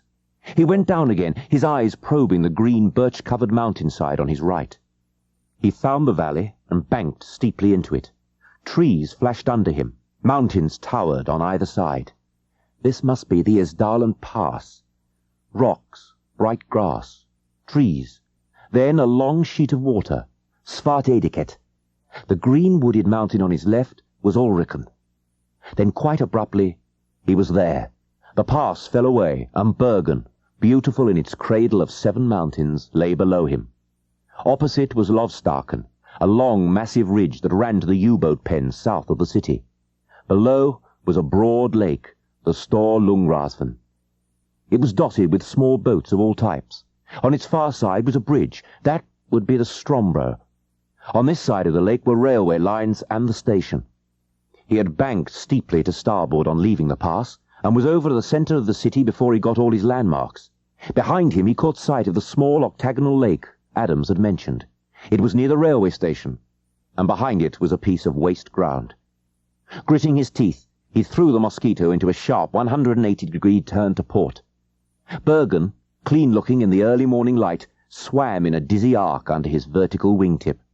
When he straightened out, he was flying inland again, along the Lovstaken range, with Bergen on his port side. From the corner of his eye, he caught sight of other landmarks, the nautical school, the green roof of the National Theatre, the wide tree-lined avenue of the old Bullsplaza. But he needed no markers now. His target was in sight, standing alone like a diseased thing on the wasteland between the 2 lakes. He was travelling at well over 400 miles an hour when he pulled out over the lake, lowering the Mosquito down until her belly nearly touched the water. He opened his bomb doors, clicked down his selector switches, and fixed a building at the far end of the lake, dead in the centre of his gun sight. The accuracy of the guns alongside the railway was terrifying. 3 posts got Grenville's range at once. The water below him seethed as shells tore it into spray, blurring his windshield and hissing into steam on his red-hot engines. White puffs enveloped him, interspersed by black ones as the murderous 37mm joined in. A shell went clean through his bomb hatch without exploding, ricocheting off a 500-pound bomb. Another one burst near the starboard engine, making the Mosquito wince as shrapnel tore through its wing. A blinding flash came from the instrument panel, followed by an explosion that almost shattered Grenville's eardrums. There was the smell of cordite and burning rubber. Sparks spluttered from a damaged contact box. Outside, Tracer soared through the smoke like coloured streamers, graceful to watch and death to touch. Grenville was hunched down in his seat to gain what protection he could from his armour plating. The building was huge in Grenville's gun sight when a party of black uniformed figures began pouring out from it. Instantly, loathing drove all the other emotions from his mind. Here were the bullies he had always hated. Here were Bergman's torturers running for their lives. He kicked the rudder bar, brought them into his sights, and fired a long, vicious burst, his thumb tight down on the button. The Mosquitoes shuddered under the tremendous kicking recoil. Grenville soared on the rudder bar, hosing the stream of shells and bullets among the screaming men. The effect was murderous. The earth itself was churned into furrows, and men were thrown into shapeless heaps. The building swung back into Grenville's sights again. His 20mm shells smashed through its wooden walls, doing enormous damage. 200 yards, 150 yards. The lake fell away. He was over the wasteland now. 100 yards, 50... Now! He pressed the bomb release and jerked back on the stick. The Mosquitoes screamed upwards, missing the roof of the building by less than 10 feet. The 4 bombs, tail-fused and falling horizontally, hit the ground and bounded forward like flat stones on water. They smashed through the wall of the wooden building as if it had been cardboard and disappeared within. The wide avenue of the old Bull's Plaza streamed under him like a green ribbon. Ignoring the vengeful flak that was still following him, he banked steeply to look back. He was counting to himself. 7, 8, 9, 10... At 11 there were 4 simultaneous explosions. The building disintegrated, hurled upwards in a mushroom of red-cord smoke and splintered wood. Although the flak by the bridge would be reorganized now, Grenville was prepared to make a second attack for Bergman's sake if anything was left standing. But there was nothing on the waste ground but 4 blackened craters and a blazing pile of debris. No one could have survived that holocaust. Just after 1600 hours, Davis entered the intelligence room. There was a peaked look about his sharp face, and the usual briskness was absent from his movements. He motioned to Adams to remain seated, and tossing his cap on the table, sat down opposite him. "I've just come from seeing Grenville," he said, catching the anxious question in Adams' eye. "They've put him in Stanhope Hospital in Highgate. He'll be all right in a few days. He's got a nasty crack on the head and face, and a wrenched shoulder into the bargain. The head injury's the worst. There was slight concussion, and he's been a bit delirious, but they say none of it's serious. Anyway, I told him to keep him there for a few days. The rest won't do him any harm." Adams nodded his relief. He was lucky. I never thought he'd come out of it alive. "His type are hard to kill," Davis said with some pride. "Have you seen the camera films yet?" Adams asked. Davis showed some of his old spirit. "They were the first things I went to see when I got back. Aren't they terrific?" "It's a pity he had no way of photographing the destruction of the target," said Adams. Davis lowered his voice. "The Brigadier got confirmation 2 hours ago. That's what I came to tell you." "Was it completely successful?" "Yes, completely." "Well, does everything go on as before, then? Or don't you know yet?" Davis hesitated a moment before replying. "The Brigadier seems optimistic again. None of the Patriots has been arrested yet, so it doesn't look as if anybody talked. Yes, if nothing else happened, we shall go on as planned. We must. No option. I don't know the exact date we're supposed to go, but for some reason or other it has to be before the end of May. After that, the Brigadier reckons our chances of success are greatly reduced, perhaps gone altogether. So, we've no choice but to be ready." Grenville awoke from his doze and stared around the room. The walls were cream-washed, sterile and blank. A small cabinet stood alongside his bed, its glass surface littered with bottles. A polished electric stove stood near the half-open door. The air held the faint smell of antiseptics. He lifted a hand to his head. They had removed some of the bandages, but his jaw and mouth were still bound up. He shifted restlessly. 3 days of this was more than enough. He'd have another go at that confounded doctor when he came tonight. The ward sister's voice outside the door made him start. "Yes, you can go in. He's awake. But only a few minutes, please. And don't expect him to talk to you. His face is still bandaged up." "Thank you." Grenville's breath stopped at the sound of the second voice. His head jerked sideways, then he lay motionless, only his eyes moving as Hilda approached his bedside. She was wearing a grey, slim-fitting coat with a blue scarf at her throat and was carrying a large leather bag. A sunbeam made her uncovered hair shine with golden light. His panic-stricken mind searched desperately for comfort. Her appearance, her smile. She could not know the truth yet. She could not know what he had gone out to do. Thank God for that. "I had to come to see you," she said as the door closed, leaving them alone. "Frank told me where you were." Damn Adams! He wanted to close his eyes to save himself looking at her, but he couldn't. He wanted to beg her to leave, but could force nothing from his bandaged mouth. His eyes, the only part of his face visible, stared up at her mutely. She misunderstood their expression and looked anxious. "Oh, Frank said you were not seriously injured. I had not expected to see you so bandaged. Are you in much pain?" He shook his head. Her grave, blue-grey eyes did not lighten. "For a while I almost hoped you were more seriously hurt, because then you would not have had to fly for a long, long time." She smiled at him sadly. "Why could you not have broken an arm or a leg, Roy? It would have made me very happy." As if ashamed of her seriousness, she flushed and took a large bunch of daffodils from the bag at her feet. She went over to a water bowl on the window ledge and began arranging them. "They brighten a room," she said defensively. "I picked them this morning from Mr. Kern's garden.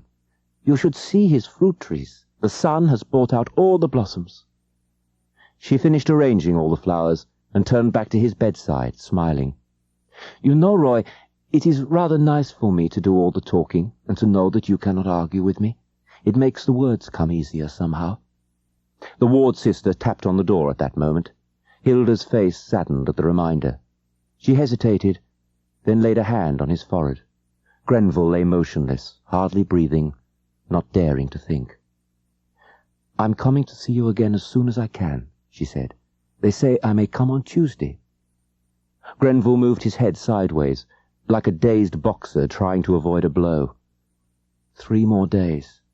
She would know by then. Someone will be bound to have told her by then.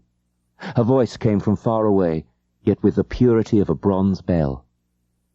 "Somehow it is easier to ask you now. Roy, when you are better, please do not be long in coming to see me. It is so very lonely without you." She kissed his forehead, then ran quickly from the room. Granville closed his eyes. Something like acid was running into them, blinding them. 2 days later, the brigadier called Davis to his headquarters. "How is Grenville?" the brigadier asked as soon as they were seated. "How's he getting along?" "He's all right," Davis told him. "He's back with the squadron." The brigadier showed his surprise. "Already? But I thought you'd given orders for him to remain in hospital for a week." "I did," Davis muttered, shifting uneasily. "But it seems Miss Bergman went to the hospital to visit him." He saw a shocked look appear in the brigadier's eyes. "She didn't know about her brother at the time. As you know, the wire only arrived yesterday.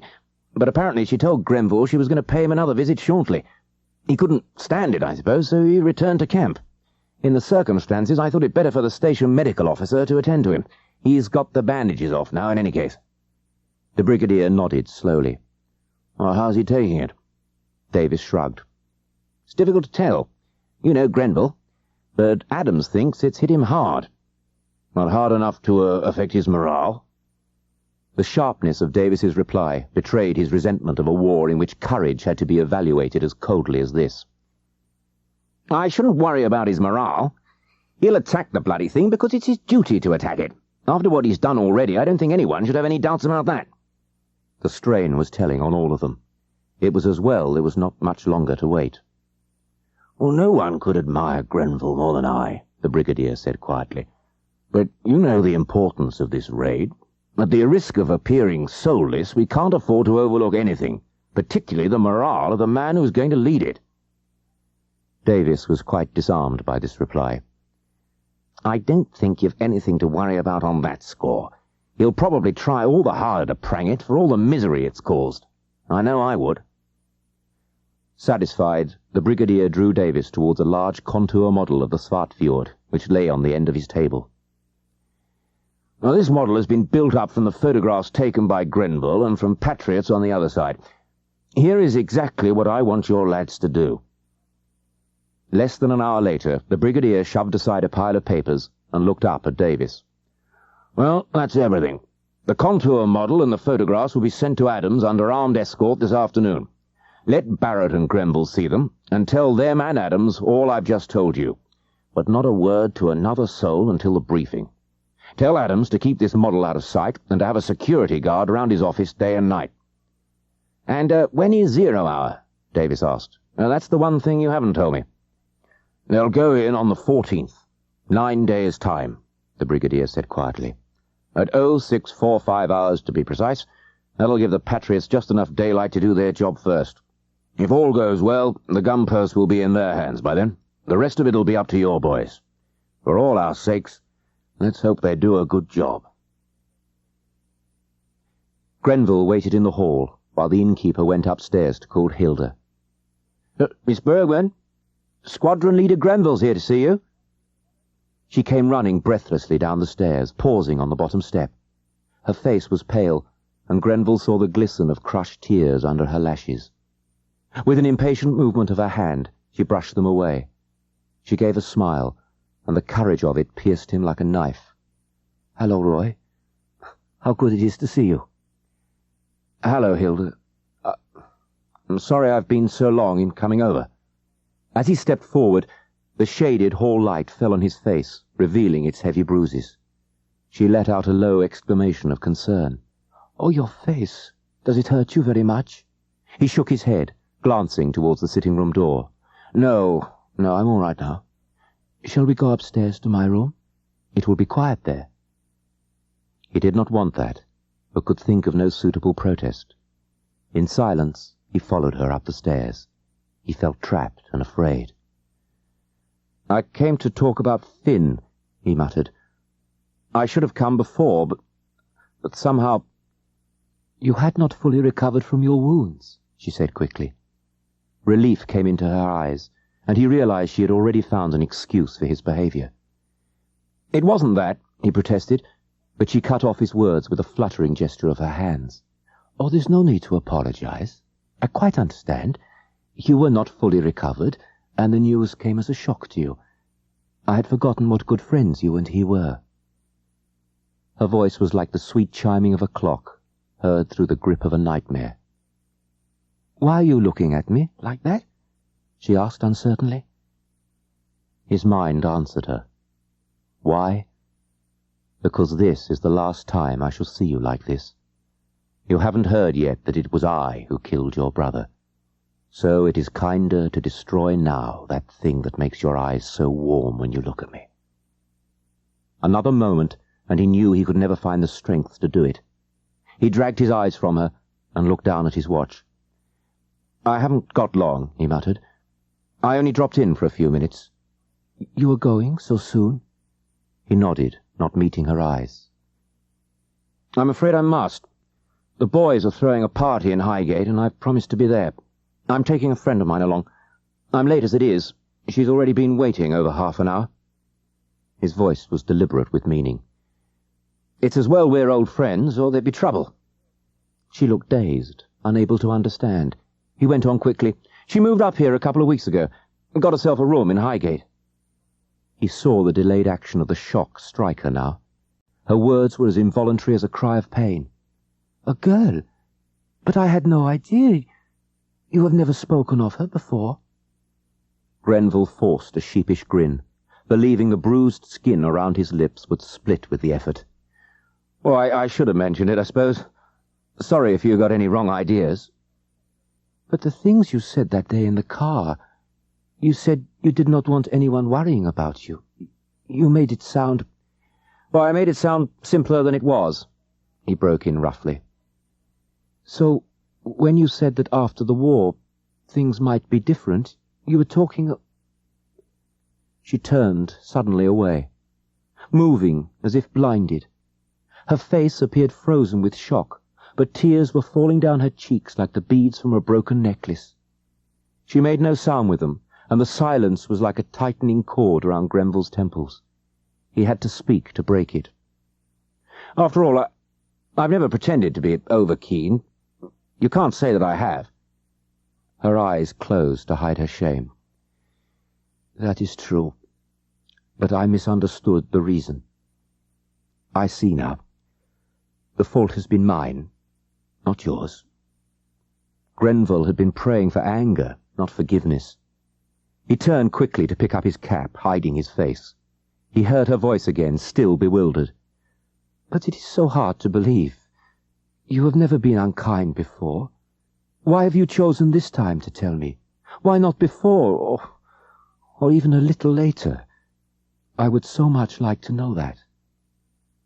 Grenville knew now that there was no gentle way of killing anything. He lifted the knife and struck. "Well, surely that's obvious. I didn't tell you before because it was quite pleasant and I was enjoying it. I'm telling you now because she's come here and it has to end at once." He dared not hold out his hand, dared not touch her. At the door he paused and turned back, with the excuse he was making certain of his murder. But his eyes failed him. He saw nothing but the white blur of her face and the misted brightness of her hair. And then he was outside, with the black fields and pitiless stars, a part of the agony that racked him. The briefing room was packed to capacity. At one side of the table on the platform, a group of men were conferring quietly. Among them were Davis, Barrett, and Grenville. The silence was aggravated by the shuffle of feet, the whispers of conversation, and the scratching of matches. In the centre of the table stood the contour model of the fjord, covered with a cloth. The tension could be felt, catching at the throat. The group on the platform reached agreement, and Davis moved forward to face his young audience. The low mutters among the air crews ceased abruptly. "Well, chaps, here it is. The big show you've been waiting for. You've had a lousy time training for it. Now I'm going to try to fit all the pieces together." Davis stepped back alongside the covered model of the fjord. He pulled the cloth away. The young faces before him craned forward, both curious and apprehensive. "This is the scale model of a certain fjord in Norway. It's very deep and narrow, over 20 miles long, and ends as a cul-de-sac. It is this far end that we're chiefly concerned with. A high waterfall drops down here and gives power to a hydroelectric plant at the bottom of the fjord. Built around this plant is another building the Germans have put up, a massive affair with walls nearly as thick as a U-boat pen. This is our target. This mountain is called the Trollfjell. It rises steeply to over 2,500 feet, retreats into a corrie a couple of 100 feet deep, then bulges out again into a massive overhanging summit. On this summit is a glacier called the Trollfjell. The whole thing resembles a man's chest, neck, and head. The chest is the side of the fjord, the neck, the corrie, and the head, the overhanging summit. Add the glacier on top, and that gives you a crop of white hair. Now that's how the mountain and glacier got their names. Troll is a kind of Norwegian gremlin. Tomorrow morning, you're going to take off before dawn, just as you have been doing throughout your training. You're even going to fly north on the same track for 10 minutes. After that, you start playing a different game. Instead of going to Scotland, you're going to Norway. And instead of carrying dummies, you'll each have a special bomb apiece in your bomb bays. These bombs arrived 5 minutes ago and will be loaded straight onto your kites. You're scheduled to reach the mouth of the fjord at 0645 hours, from now known as Z hour. Meanwhile, at Z hour minus 30, a very brave band of Norwegian patriots will be clearing the way for you. If all goes well, they'll have the fjord guns out of action by the time you arrive. You fly straight in and make for the other end of the fjord. Once there, the fun starts. I don't think I need stress by this time that you don't drop your bombs on the target. As I've told you, it has massive walls and a very thick roof. You're flying low, and it will be impossible to achieve sufficient penetration to do any damage, even if your bombs were designed for that sort of job, which they aren't. Instead, we have quite a different scheme. As you've heard, this summit overhangs the fjord. Naturally, before the Germans built their project, they sent geologists up to check on it. Their reports were that it was safe enough and there were no risks of accidents. As you know, German scientists are working just as hard as our own to discover new weapons, and, like ourselves, hope to find something that will end the war quickly. Well, in this building, using some of the energy and byproducts of the hydroelectric plant alongside, the Germans are on to something big. Something so big, in fact, that it might have a far-reaching effect on the outcome of the war if it isn't destroyed. The German geologists passed the old gremlin's head as safe, but we heard an interesting story through intelligence channels. A Norwegian geologist, who examined it before the hydroelectric plant was built, says there's a fissure at the back of it. Now, normally, this fissure is completely covered by snow and ice, but every summer the ice retreats a little, and apparently the summer he made his examination was an exceptionally warm one. He was able to study the fissure in detail and found that the perennial dripping of water had hollowed it out inside to a considerable depth. Now, you know the way you've been dropping, well, a better word will be hurling, your bombs into a corrie in the side of that valley in Scotland. Well, tomorrow morning you're going to hurl those special bombs into the corrie under old Trollfjell's head. These bombs have been specially designed to give maximum blast effect, or to put it neatly and scientifically, to start up severe shock waves. Now, shock waves are greatly magnified in effect when they enter solids, like earth or rock. They become tremendously destructive. Normally, the blast from a surface bomb goes upward into the air, where it's wasted. But in this case, the shock waves from your bombs will go upwards into this overhang and shiver up to the fissure like a seismic disturbance. Our scientists haven't been able to calculate exactly how many bombs it will take, but they're confident that a succession of explosions will fracture that fissure. They will fracture it more and more until the front part of the overhang comes crashing down. You'll guess now that everything has been most carefully worked out. The date, for example, is most important. At this time in May, the snow and ice on the summit is ideal for an avalanche. It's beginning to thaw, but still has lost nothing of its mass and weight. If part of the overhang goes, the ice and snow goes with it, and that'll be curtains for anything in the fjord below. When you drop your bomb, remember all you've practiced. Get as far inside the corrie and as much underneath the overhang as you can. We want to give it the maximum shock possible. Once you've dropped your bomb, beat it straight out of the east end of the fjord, or you'll clutter up airspace, and that's one of the things we should be short of. Right then. That's all. Off you go to bed. You'll be called at 0330 hours sharp. Good luck. It was cold in the operations room the following morning, and no amount of attention could coax any heat from the radiators. Nevertheless, none of the 4 waiting men could pull himself away to make inquiries about the heating plant. Adams was sitting huddled in a chair near to one of the dead radiators. Davis was at the foot of the operational map on the wall. The brigadier was seated at the end of the long table, and Marsden, the chief signals officer, with headphones at his ears and a message pad before him, was hunched over a small table at the opposite side of the room. Davis turned his sharp, resentful eyes on Adams. "I wonder how Barrett's getting on," he said. "I shouldn't have been fool enough to let him go." In spite of the reserve crews and replacements, 633 Squadron had found itself 1 trained pilot short. Barrett had offered to fly without a command. Davis had had his doubts. Barrett was not a fit man, but in the circumstances had felt forced to agree. Now he was regretting his decision. "The idiot'll probably go and kill himself. He'll probably run his kite into the side of a mountain." He glanced at his watch. "Oh, they should be coming up to the coast in less than 15 minutes. The telephone alongside Marsden gave a sudden buzz, an urgent sound that made Adams jump. A second later, the brigadier was at the table, taking the receiver from Marsden. As he leaned forward to take the message, a premonition of disaster shot through Adams like the stab from a decayed tooth. The brigadier let out a sudden gasp of dismay. He dropped the receiver and turned towards Davis. His face was grey and drawn, with a look about his eyes that shocked the others. "We've just had a message from one of our Norwegian agents on the other side. He was wounded, but managed to escape and reach his transmitter." Davis's voice was suddenly shrill. "Don't tell me they haven't managed to capture the flak posts." "Worse than that. They haven't even had the chance to try. The Gestapo rounded up every man during the night. They've left it to the last minute in the hope of trapping the squadron in the fjord." "But how could they have known?" "And it wasn't Bergman who talked. It was Eriksson, the poor devil they captured the same day. The Gestapo must have passed on the news before Grenville destroyed the building." Davis swung round on Marsden. "Get Grenville on WT." Grenville acknowledged their call sign 30 seconds later.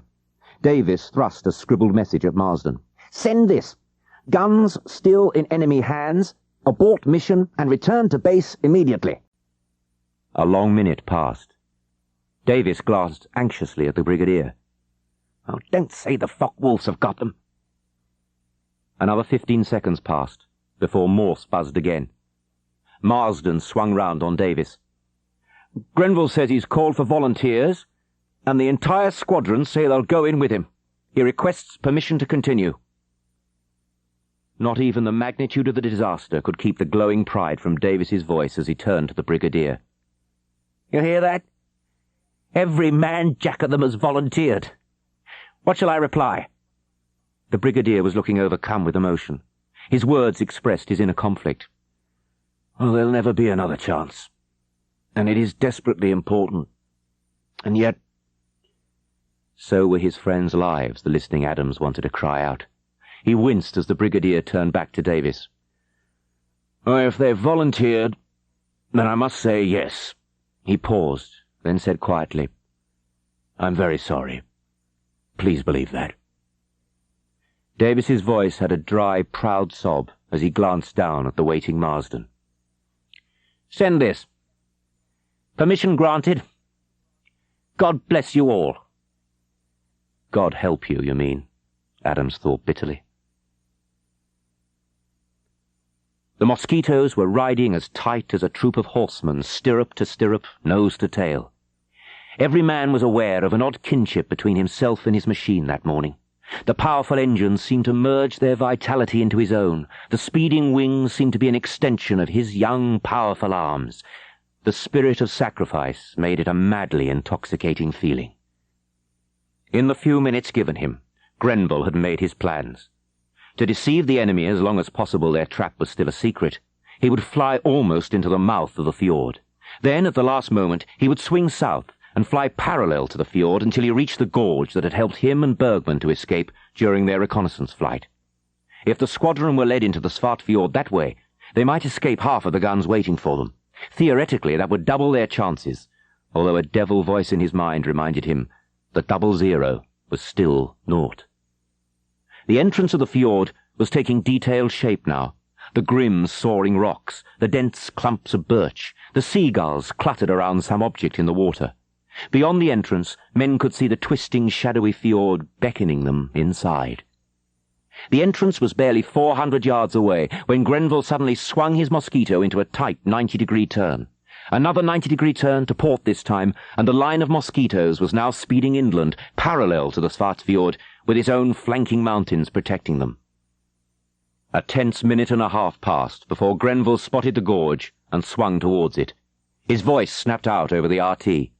"Attention all Vesuvius aircraft. Follow me at 20-second intervals. Repeat, time alteration, 20 seconds. Each man notify me the moment he enters the Svartfjord. Green sections 1 and 2 jettison bombs and attack flak posts. Go now." As he finished speaking, Grenville dived into the narrow gorge. The noise of his engines reverberating from the steep walls of rock made the Mosquito shudder. Trees and bushes, growing precariously from crevices, reached out as if to seize his wingtips. Then, quite suddenly, the gorge fell away, and he was in the Svartfjord. Here, barely 8 miles from its eastern end, it was a grim and savage place. From the black water below that looked like oil, the mountains shelved steeply upwards, their lower slopes covered in scrub, their upper slopes rising as sheer as the walls of some enormous prison. Impressions registered themselves indelibly on Grenville's mind. The grey clefts among the black rocks caused by melting snow, the rockfalls that had left inverted funnels of scree, the wisps of snow in crevices, the golden ledge of sunlight far above, a waterfall up there bursting into a rainbow. And then, suddenly, all hell broke loose. A huge eye suddenly winked from the shadowy mountainside, and a glowing chain of shells came swirling towards him. 2 more guns opened out on the opposite side of the fjord, then one from above. A line of red-cored white puffs burst dead ahead. A vicious explosion just beneath the Mosquito's fuselage made her rear like a frightened horse. Grenville's earphones crackled a few seconds later. "Mother calling, skipper. I'm entering the fjord now." That was Milner, bringing up the rear. Grenville had never seen flak like this before. Tracer squirted out from clumps of trees and from rocky eyries, lacing the fjord with a deadly net of steel. Shells came reaching out, slowly at first, then with diabolical speed. A succession of black explosions rocked the Mosquito and gashed her port wing. A 37mm gun trying to bracket her. Grenville pushed up his face mask. "Vesuvius leader calling green sections. Attack now.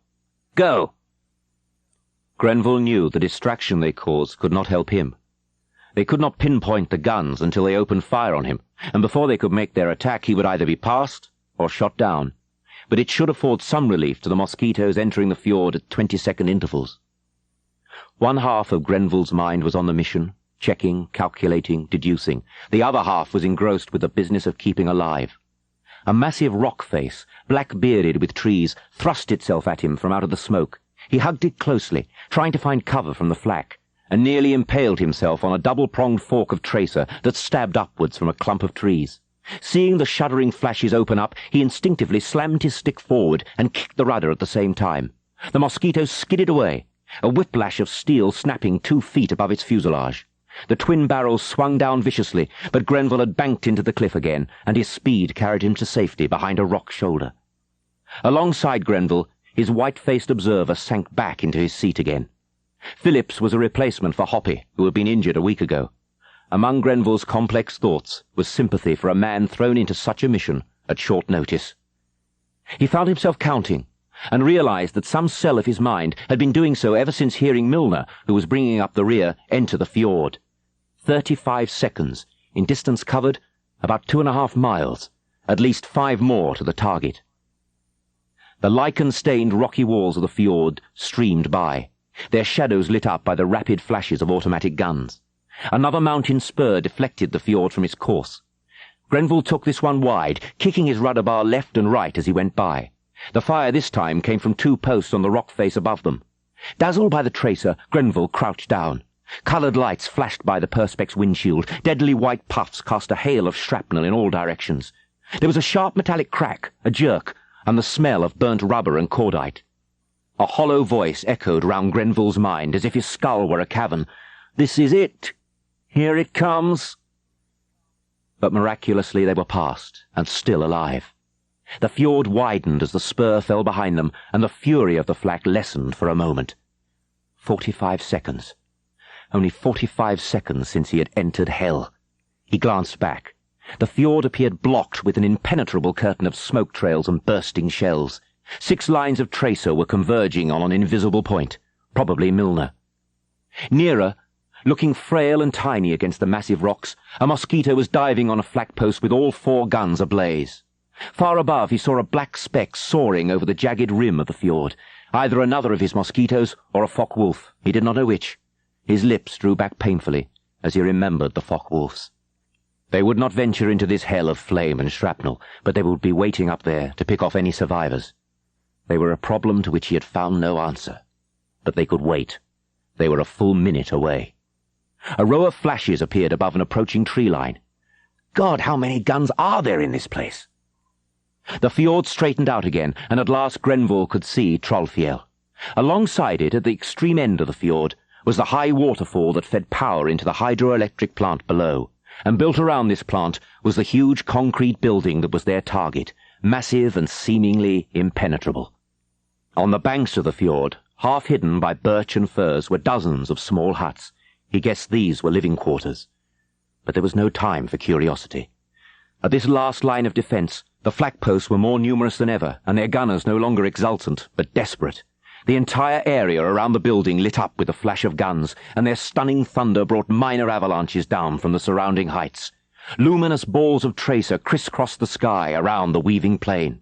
The coloured glow from their shells reflected back from the dark water below. The Mosquito shuddered and rocked like a cockleshell caught in a typhoon. Grenville heard his number 5 calling, but now his whole attention was focused on the mountain that was leaping forward at nearly 5 miles a minute. It loomed nearer, crushingly near, so near that he could see the flak shells hitting it and sending rock splinters flying like shrapnel. Phillips had opened his bomb doors, and he could feel them quivering in the airflow. The red light on his bomb distributor panel was glowing, and Phillips had fused the bomb. Airspeed was right. Everything was ready. The Mosquito flashed into the rock-strewn corrie. Below it were the wooded slopes that led down to the water.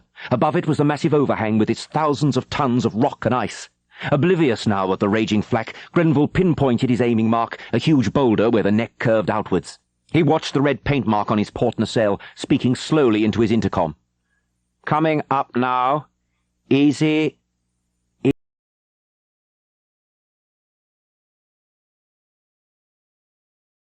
Easy." The Mosquito was on her side now, her wings vertical with the cliff. The red mark was almost in line with the boulder. "Ready. Ready." With all his strength he pulled the Mosquito away. "Now!" he shouted, and Phillips pressed the bomb release. The Mosquito shot away as if ricocheting from the rocks. The huge bomb, released in the steep turn, catapulted away to crash among the debris of loose rocks at the foot of the overhang. Grenville found himself shooting across the fjord like a rocket, with the vengeful flak following him. The imperturbable voice in his mind was counting again. 3, 4, 5... He pulled back on the stick, going into a steep climbing turn that lifted him towards the blue sky above. 6, 7, 8... The flak was following him up. A blinding flash burst dead ahead, and long gashes appeared near the port wing route.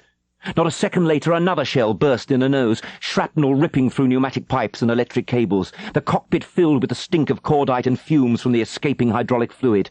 Air screamed through the shattered nose, adding a banshee wail to the sound of the engines. Alongside Grenville, Phillips sagged unconscious in his seat. 9, 10... The Mosquito suddenly burst out into the clean morning sunlight. Flak still followed it like lava being tossed up from the bowels of a volcano. Grenville should have taken cover over the rim of the ridge, but instead he turned back. 11, 12, his mind chanted. Half a second later, the bomb went off. Every detail below became etched in brilliant light. The volcanic appearance of the fjord was increased by the cloud of stones and rubble thrown upwards by the tremendous explosion. The Mosquito reared and almost turned over in the blast. Still dazed from the flak, Grenville fought the controls, his eyes on Trollfjell. But the massive overhang had not moved, although small falls of rock and ice were still sprinkling from it. Henderson, his number 2, came over the radio. "I'm going in now, skipper." 20 seconds was a perilous margin between attacks. But because of the waiting Focke-Wulfs, it was imperative to get the planes into the fjord as quickly as possible. Grenville was gambling on the mountain spurs protecting the attacking plane from the explosion ahead, and it seemed as if the gamble would pay off. Of course there was danger from rockfalls, but that was nothing compared with the flak. From above, Henderson's tiny Mosquito looked like a dragonfly being pierced by a dozen brightly coloured pins. Somehow it got through, and vanished for a breathless moment into the deep shadows under Trollfjell.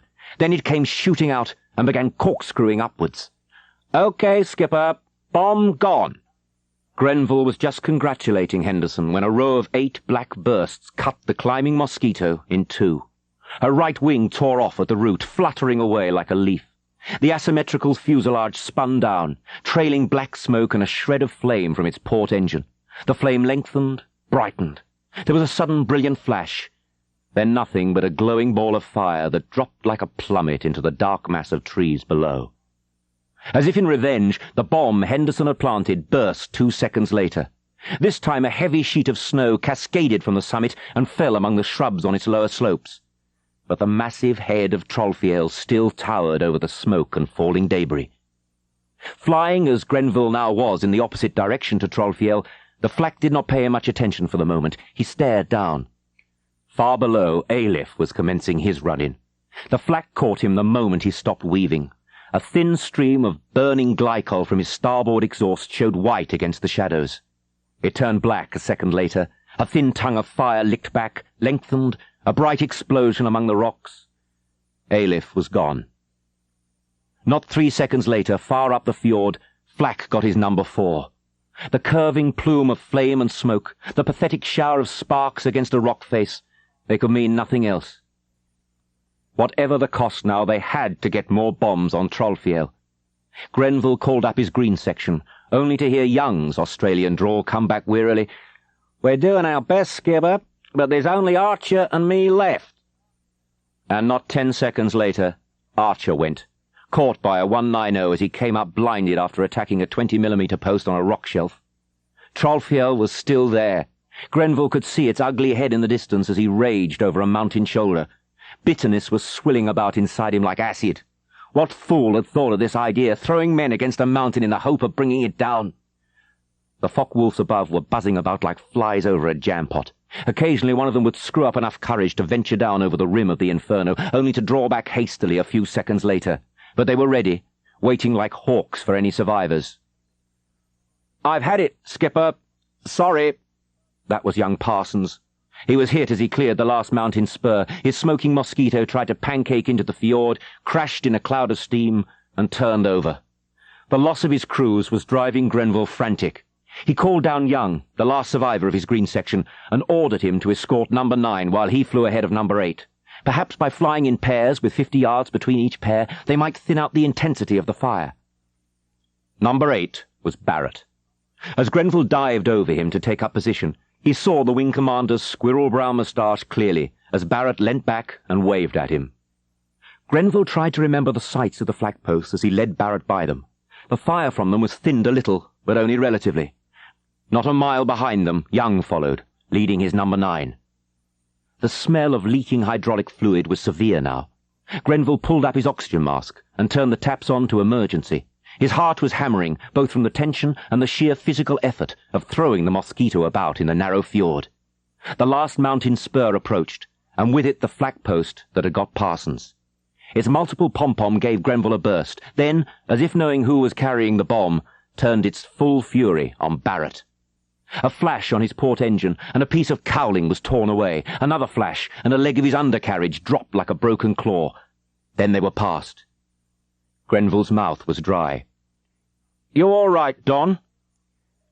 "Still around, Roy. Now, where's that gremlin?" The massed flak posts round the building opened up like the roll of drums before an execution. 2 shells went right through Grenville's tailplane without exploding. Barrett's voice came longingly over the radio. "Hell, Roy, wouldn't it be just a job to drop the bloody thing right on top of them?" Grenville led him almost under the massive overhang before turning away. He was unable to see Barrett drop his bomb, but heard its excited voice a few seconds later. "Right on the button, Roy, or as near as, damn it, anyway. Now let's get out of here." Doubting Barrett's skill, Grenville could only hope he had been as accurate as he believed. He fought for height through the thundering flak, Barrett following him. Just under the lip of the fjord, he levelled out and waited for Barrett's B-Bobby, with its dangling undercarriage, to come alongside him. "Any second now, Roy. Watch for it," Barrett shouted. Grenville held little hope of bringing down Trollfiel now, and was busy watching the sky for fighters. Barrett was staring intently down. The familiar blinding flash came, the upflung shower of rocks, the blast, and then Barrett's hysterical voice. "Roy, it's going! The bloody thing's going! Look!" Startled, Grenville looked down. The massive head of Trollfiel appeared to be wobbling drunkenly. Then, as if split by some enormous mason's chisel, the front section of it slipped away and toppled into the void below. The noise could be heard above the roar of the engines, an earth-shaking thunder as thousands of tons of rocks, followed by the dislodged mass of the glacier, plunged 3,000 feet into the fjord. An irresistible force, terrifying to watch. It hit the lower slopes and bounded forward like a tidal wave. It swept over trees, huts, flak posts, hydroelectric plants and concrete buildings, grinding them and crushing them as a steamroller flattens out an ant-heap. It set off enormous echoes that reverberated across the fjord for minutes. "My God," Barrett said, awestruck. All the firing had stopped. Even the Focke-Wulfs had broken off their vigilance to stare down aghast. But one flak-post commander, more phlegmatic or perhaps more revengeful than the rest that had survived, saw the Mosquitoes approaching and snapped out orders that pulled his shock crew together. Grenville had just finished transmitting the code word that would send Davis delirious with pride when he saw the red flashes open up dead ahead of them. He yelled a warning to Barrett and swung sharply away, but Barrett's reflexes had lost their edge through lack of combat flying, and he turned too late. Tracers stitched a line of holes the full length of his fuselage. Grenville's voice was sharp with anxiety. "Don, are you all right?" No answer. Grenville flew closer until he was right alongside. "Don, how bad is it?" He could see through B-Bobby's transparent hood now. The observer was lolling sideways against his harness, and Barrett was huddled over the stick. "Don, for God's sake, get the hatch away. Try to bail out." A ghost voice answered, 1,000,000 miles away. "No good, Roy. No good." The whisper died away, and the Mosquito's nose dropped wearily. Steeper, steeper, one wing dipping as she went, down, down, out of sight, a red glow staining the shadows of the fjord. Grenville went back to look for the gun-post. His face was that of a devil. With the target destroyed and his crews virtually wiped out, He was at last able to give full vent to his bitterness. He set the flak post with exquisite care in his gun sight as he came back along the ridge. It was not enough to blast it with shells, however. Pure hate is never satisfied with long-range killing. He was going to hurl the Mosquitoes' white-hot engines on the gun crew. They were to be killed for many things, not least for letting him live when so many others had died. The gun crew were inside his luminous sight now, warmly dressed, crouching behind the quadruple 20mm, with a mountain hut behind them. The 4 automatic guns were already firing, doing mortal damage to his Mosquito, but he noticed the shells no more than a berserk fighter notices the blows of his opponent. A white-faced loader carrying ammunition clips halted, staring upwards in terrified fascination. Grenville's pressure on the gun button was as savage as if it had been on the windpipe of an enemy. He swung his rudder bar, mowing men down with meticulous care. Crouched behind his gun sight, he urged his plane on to destruction. It was a small thing that prevented the final tragedy. A shell bursting under the starboard wing that made the Mosquito lurch sideways. Grenville corrected the movement immediately, but its suddenness had thrown the unconscious Phillips towards him, and the observer's head nudged his arm. The contact pierced the mist of hate round Grenville's mind. It was as if the unconscious man were pleading for his life. One could sacrifice a conscious man. A nod from him, and the thing was done. But not this. With a curse he jerked back the stick. The shell-torn, smoking Mosquito pulled away not 10 feet above the stricken gun-post. Grenville's duty now was to get Phillips home. He knew it, and his bitterness was complete. Duty lay on him like the curse of Cain. With one engine feathered, and his starboard aileron dragging loose, he struggled painfully to clear the snow-topped mountains. But the Focke-Wulfs were waiting. Crippled, with the last of his ammunition gone, he was helpless against them. A burst of 7mm sent a stab of agony through his legs, smashing them from the rudder bar. He managed to side-slip away, but he was tired. So tired. A Focke-Wulf came weaving in for the kill, its pilot's eyes cold behind his gun sight. He fired at point-blank range. One burst was enough. The Mosquito's weakened tailplane broke away, and its surviving engine choked and died. It struck the mountain top, skidded forward under its speed, then suddenly vanished in an enormous flurry of snow. A few seconds later, all that showed to the circling aircraft was a pathetic tangle of spars and the flaming mass of a broken-off engine. The Battle of the Svartfjord was over. The innkeeper slowly closed the folder. His eyes lifted upwards. "Well, there you are," he said quietly. "That's the whole story." The 2 young airmen were spellbound, too awed for the moment to speak. The innkeeper glanced round the lounge. There was no one else there now but the car driver, who was still sitting in the corner among the shadows. The English boy found his voice first. "What happened to Hilda?" he asked in a hushed tone. "Oh, she didn't stay here long after the raid. Like everyone else, she thought Grenville had been killed. She went into the services and stayed in uniform for the rest of the war." "Just what did happen to Grenville? How was it he escaped? I've never been sure of that." "The rocks tore off both wings, so keeping the burning engines away from the fuselage. The deep snow did the rest by cushioning the effects of the crash. Of course, he was badly wounded and in prison hospital for a long time. But surely, when he did get back home, he went to see Hilda." The innkeeper shook his head heavily. "She's never seen him since that last night before the raid." "But why the hell didn't someone tell her the truth? I mean, why didn't this guy Adams have the guts to tell her?" said the American. "He did tell her," the innkeeper said quietly. "But it was 2 days before he found out what Grenville had said to her. He knew Grenville had no girlfriend, he knew the whole thing was a pack of lies, and he told her so. He told her everything. It was a shock to her, but she took it as he'd always believed she would, but by then it was too late. You're forgetting Grenville's state of mind. It was he who had always believed there was an impassable barrier between himself and Hilda, and 2 years brooding in a prison camp did nothing to change his mind. But if someone had told him she understood, someone did tell him, but he wouldn't believe it. He was too bitter. But once he'd given his story to intelligence, he was discharged, and then everyone lost touch with him. Letters came back undelivered. Nobody knew if he was alive or dead, and to my knowledge, nobody knows to this day. Well, what about Adams and his wife? How do they get on?